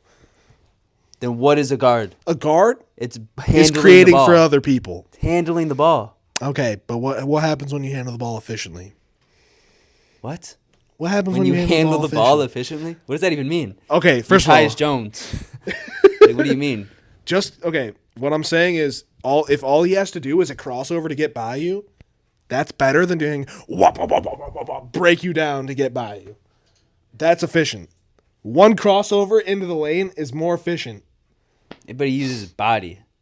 What's your It's point? not like he's like blowing by guys. He's crossing over, using his shoulder, gonna spin, use his footwork, shit that a fucking forward does. I'm saying not that Jaylen Brown. He's like a kind of mix of both, like guard forward. He can play both. if I had to pick one of them, Tatum is not more of a guard hear than me Jaylen out. Brown. If you had to, hypothetically, if you had to pick one of those players to play point guard for you, I'm picking Jason Tatum. He's a Yes. better passer, so he's more of a guard, right? No, if you'd rather no. choose him to play point guard, he's more of a guard. Well, I'm talking about shooting guard. I'm not talking about shooting guard. I'm talking about guard. I just pick Jason Tatum because he's the better basketball player. And passer. Yeah. He's better at creating for others. He can find the. He looks to pass a lot more than Jaylen Brown does. Now. Because Jaylen Brown. Hey, fuck off, Taurus. Jesus fucking Christ. Yeah, he'll go for your hands, but. Because Jaylen Brown's role is just to score. But you just agreed that Zach LaVine's a better scorer than him, right? What does that have to do with anything? I'm just throwing it out there, brother. That doesn't have to do with the argument, though. Like, I'm sure if Jaylen Brown was a 1A, he would obviously be look to play make a lot more. I don't think he has the playmaking chops that JT does. Well, he doesn't need to. He makes the obvious passes. This bro is on demon mode right now. And it's like the teams, they're not like doubling Brown when he's getting in the paint like they do with Tatum. They're not forcing him to make the read. Bro. They're not forcing him to make the read. He's a scorer. I think he can make the obvious passes that Tatum does. What was the point of this again?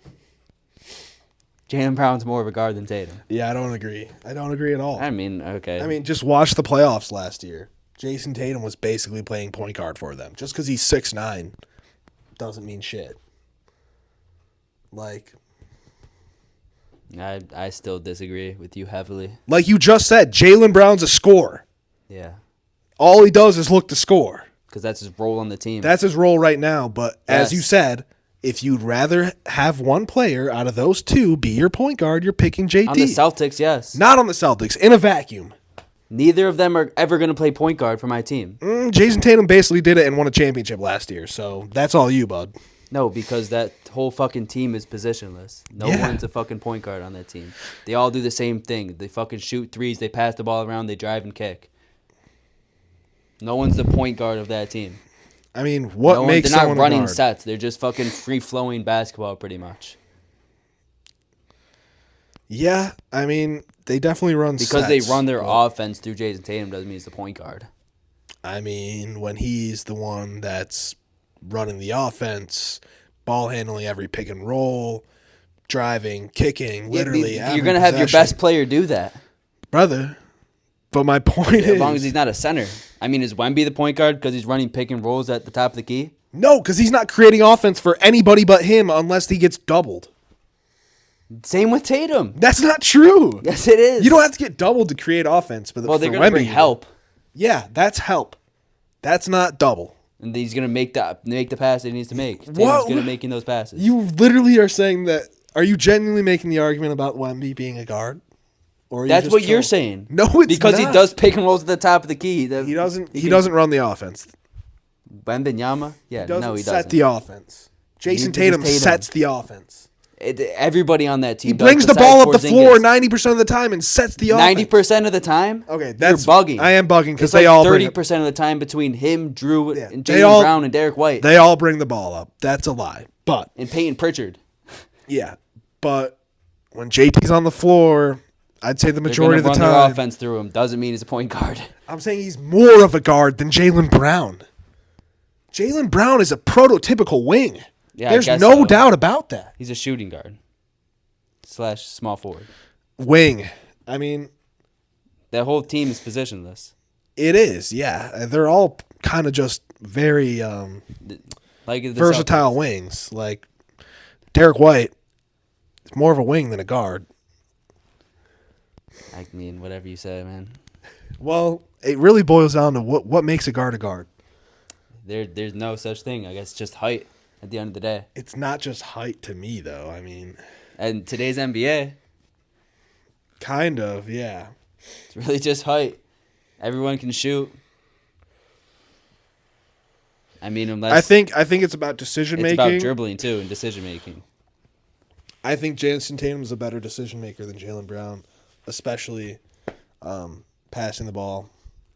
Yeah, like you said, I'd rather have him play point guard. As long as I don't think handles really have much to do with it, unless like you literally can't handle the ball. Unless dude, handles are the number one reason to distinguish a Well, guard and forward. Okay. I get that point a little bit more now, but it's not like I'd honestly say Jason Tatum's probably a more. I don't say better ball handler, but he's probably less turnovers. Less turnover prone, yeah, for sure. Which is basically the whole point of being a good ball handler is not turning the ball over when you're dribbling. Yeah, pretty much. Which is one of the biggest knocks on JB for a long time. Well, he just can't go left. So how is he more of a guard? I guess we're just going in circles. I just don't see how you see it that way. I mean, they're both wings at the end of the day. They are. Tatum's I guess he can play 4-3-1. JT's like a 2-3. No, he's a 3-4. I meant JB. JB's more of a 2-3. Yeah, JB is more of a 2-3. Like, I feel like no, Jason I would Tatum's never let him play 3? point guard. JB? Yeah, fuck because he's no. a fucking scoring shooting guard. So you agree that Jason Tatum's more guard-like? No. Because you'd let Tatum run your offense, you wouldn't let JB Okay, run your offense. There's a difference between point guard and shooting guard. There's two completely different decisions. Okay. Who's more of a point guard? Jason Tatum. Basically, what the shooting guard has become in this league is a wing. Dude, the shooting guard has been this. What do you mean? I don't know. The prototypical shooting guard is Zach LaVine. You're going to shoot the ball and you're going to score. Devin Booker. I mean, Jaylen Brown. I absolutely Brown. hate to bring up Jalen Green again. Shooting guard. But he's kind of turned into more of a combo guard lately, where Fred VanVleet's kind of taking the back seat and Jalen Green's the one that's running our offense lately. At least in the last 2 weeks or so. Yes. The point guards are the guys that if you're running sets, you want the ball in their hands. You're running the set for Jalen Green. He's not the guy you want with the ball in his hands. I know what you're saying. I mean, Jalen Green's a shooting guard, like literally definition. Him, Booker. I mean, Booker definitely. Booker's more of a great combo playmaker, guard yeah. now. Yeah. Coming into the league, he's definitely a 2. Yeah, But Zach LaVine, shooting guard. Yeah. Jaylen Brown, shooting guard. I mean, here's a good one. Brown's lengthiness and his grittiness on defense. Yeah, you can classify him as just a wing. I mean, I like to look more recently, instead of looking at basketball as a 1, 2, 3, 4, 5, I've been looking at it as guard, wing, and big man. When I think of JB, that is a clear-cut wing. I do not want him handling the ball any more than he needs to get to the basket. Of course, he can create for himself, and he's pretty damn good doing it. He's really good at creating for himself. Yes, but I don't want him creating for others. A guard, I feel confident in them creating for others. But you're acting like JB can't, while he's creating for himself and they bring help, he can make the pass. Of course, he can make the pass, but I trust Jason Tatum to make the right read 99% more than JB. And I'll tell you why. They play two completely different roles. They do, but that's on their team right now. I'm just talking about like Tatum will get the post up. Yeah. And make the read based on what kind of a defense. But Jason Tatum will also take it at the top of the key, ISO his man, and either do a sidestep 3. Do a sidestep 3, do the one crossover into the paint, get 2 feet in the paint, and boom, he's got Derek White wide open on the wing. Or, he kicks it out to the corner, it comes all the way back around to Derek White on the other wing. Yeah. It's great offense like that. I don't know. Donovan Mitchell, shooting guard. I just was very surprised by you saying Jaylen Brown is more of a guard than JT. Why? Because, like I said, guards don't do the stuff that Tatum does. Okay, just because a guard can't do what Tatum does doesn't mean Tatum can't do what a guard does. That's not what I'm saying. Tatum can do more than a guard. JB, he can't really do guard shit like that. Like what? Play make for others. Yes, he can. He can if he's forced to, but it's not a strong suit. JT is Because just as good creating for others as he is for himself. I think you're overrating Okay, his playmaking. maybe not just as good, but You're acting like he's fucking Luka Doncic level playmaking. no, it's not that good, of course. No. But not. it's I don't want to say leagues above JB, but it's a lot better than He's Brown. a tier above. 2 tiers. Yeah. 3 damn. It's like JB is just his literal role is just score the ball. Yeah, I mean, he's a lot more than And that. if they double him on offense, I mean, if he gets help, he's gonna make the read because they have every shooter, everyone on the team can shoot. I flipped back and forth on JB and JT a lot of times where I'm like, JB seems to be the guy, but Well, Jason Tatum has shown me so Tatum's much. the guy on the court. team that they're gonna double and they're gonna force him to make the read. Yeah, they're not and gonna JB do that can with finish JB. it. Yeah. Okay, we've been bullshitting for a minute now. Yeah. I don't even remember how it started. Somehow it started with Zach LaVine and turned into the Magic and Paolo and Celtics. I don't know, but I liked it. It was a fun discussion. Yeah. Either way, drop in the comments the next argument you want us to have. I'm playing. But if you made it this far, are we wrapping it up? Yeah. Okay. Yeah. If you made it this far, appreciate that. For sure. Drop a like. Like I said, drop a comment. If you want us to debate some shit, literally We comment could do a it. debate episode in the off season or some shit. I'd be down. Hell yeah. I think we both made pretty good arguments there. We did. But let us know who you think is more of a guard, Jason Tatum or Jaylen Brown. Unless you're willing to come to the dark side, brother. No, I'm kidding. Nah. Okay. I think everyone's agreeing with me. Really? Yeah, Tatum ain't no guard, sorry. Neither of them are guards, but you know what I'm saying. Either way. Yeah, we appreciate y'all. Yeah. Sub if you feel like it. If you made it this far, you might as well, bruh. Hell yeah. This is every episode. Yep. I'll be dropping some shorts soon. Yeah, let us know if there's anything you want to see, like anything we can improve on. Let us know that too. Facts. All for the fans. All right, boys. We're wrapping this one up. Next week we're doing our All-Star ballots. Mm-hmm. Say less. Yep, I started mine. 12 for each East and West because it's a little bit weird this year. Yeah, but we're still not going to 12 do for each though. Yeah. Okay. Just want to make sure. You didn't vote for All-Star, but it only lets you pick 10 guys at a time now. 5 for each squad when you vote. That's all right. Well, it's because you could only pick the starters. Oh, okay, yeah. Yeah. Yeah. But either way, appreciate you all. Have a good night. See y'all next time. Peace out.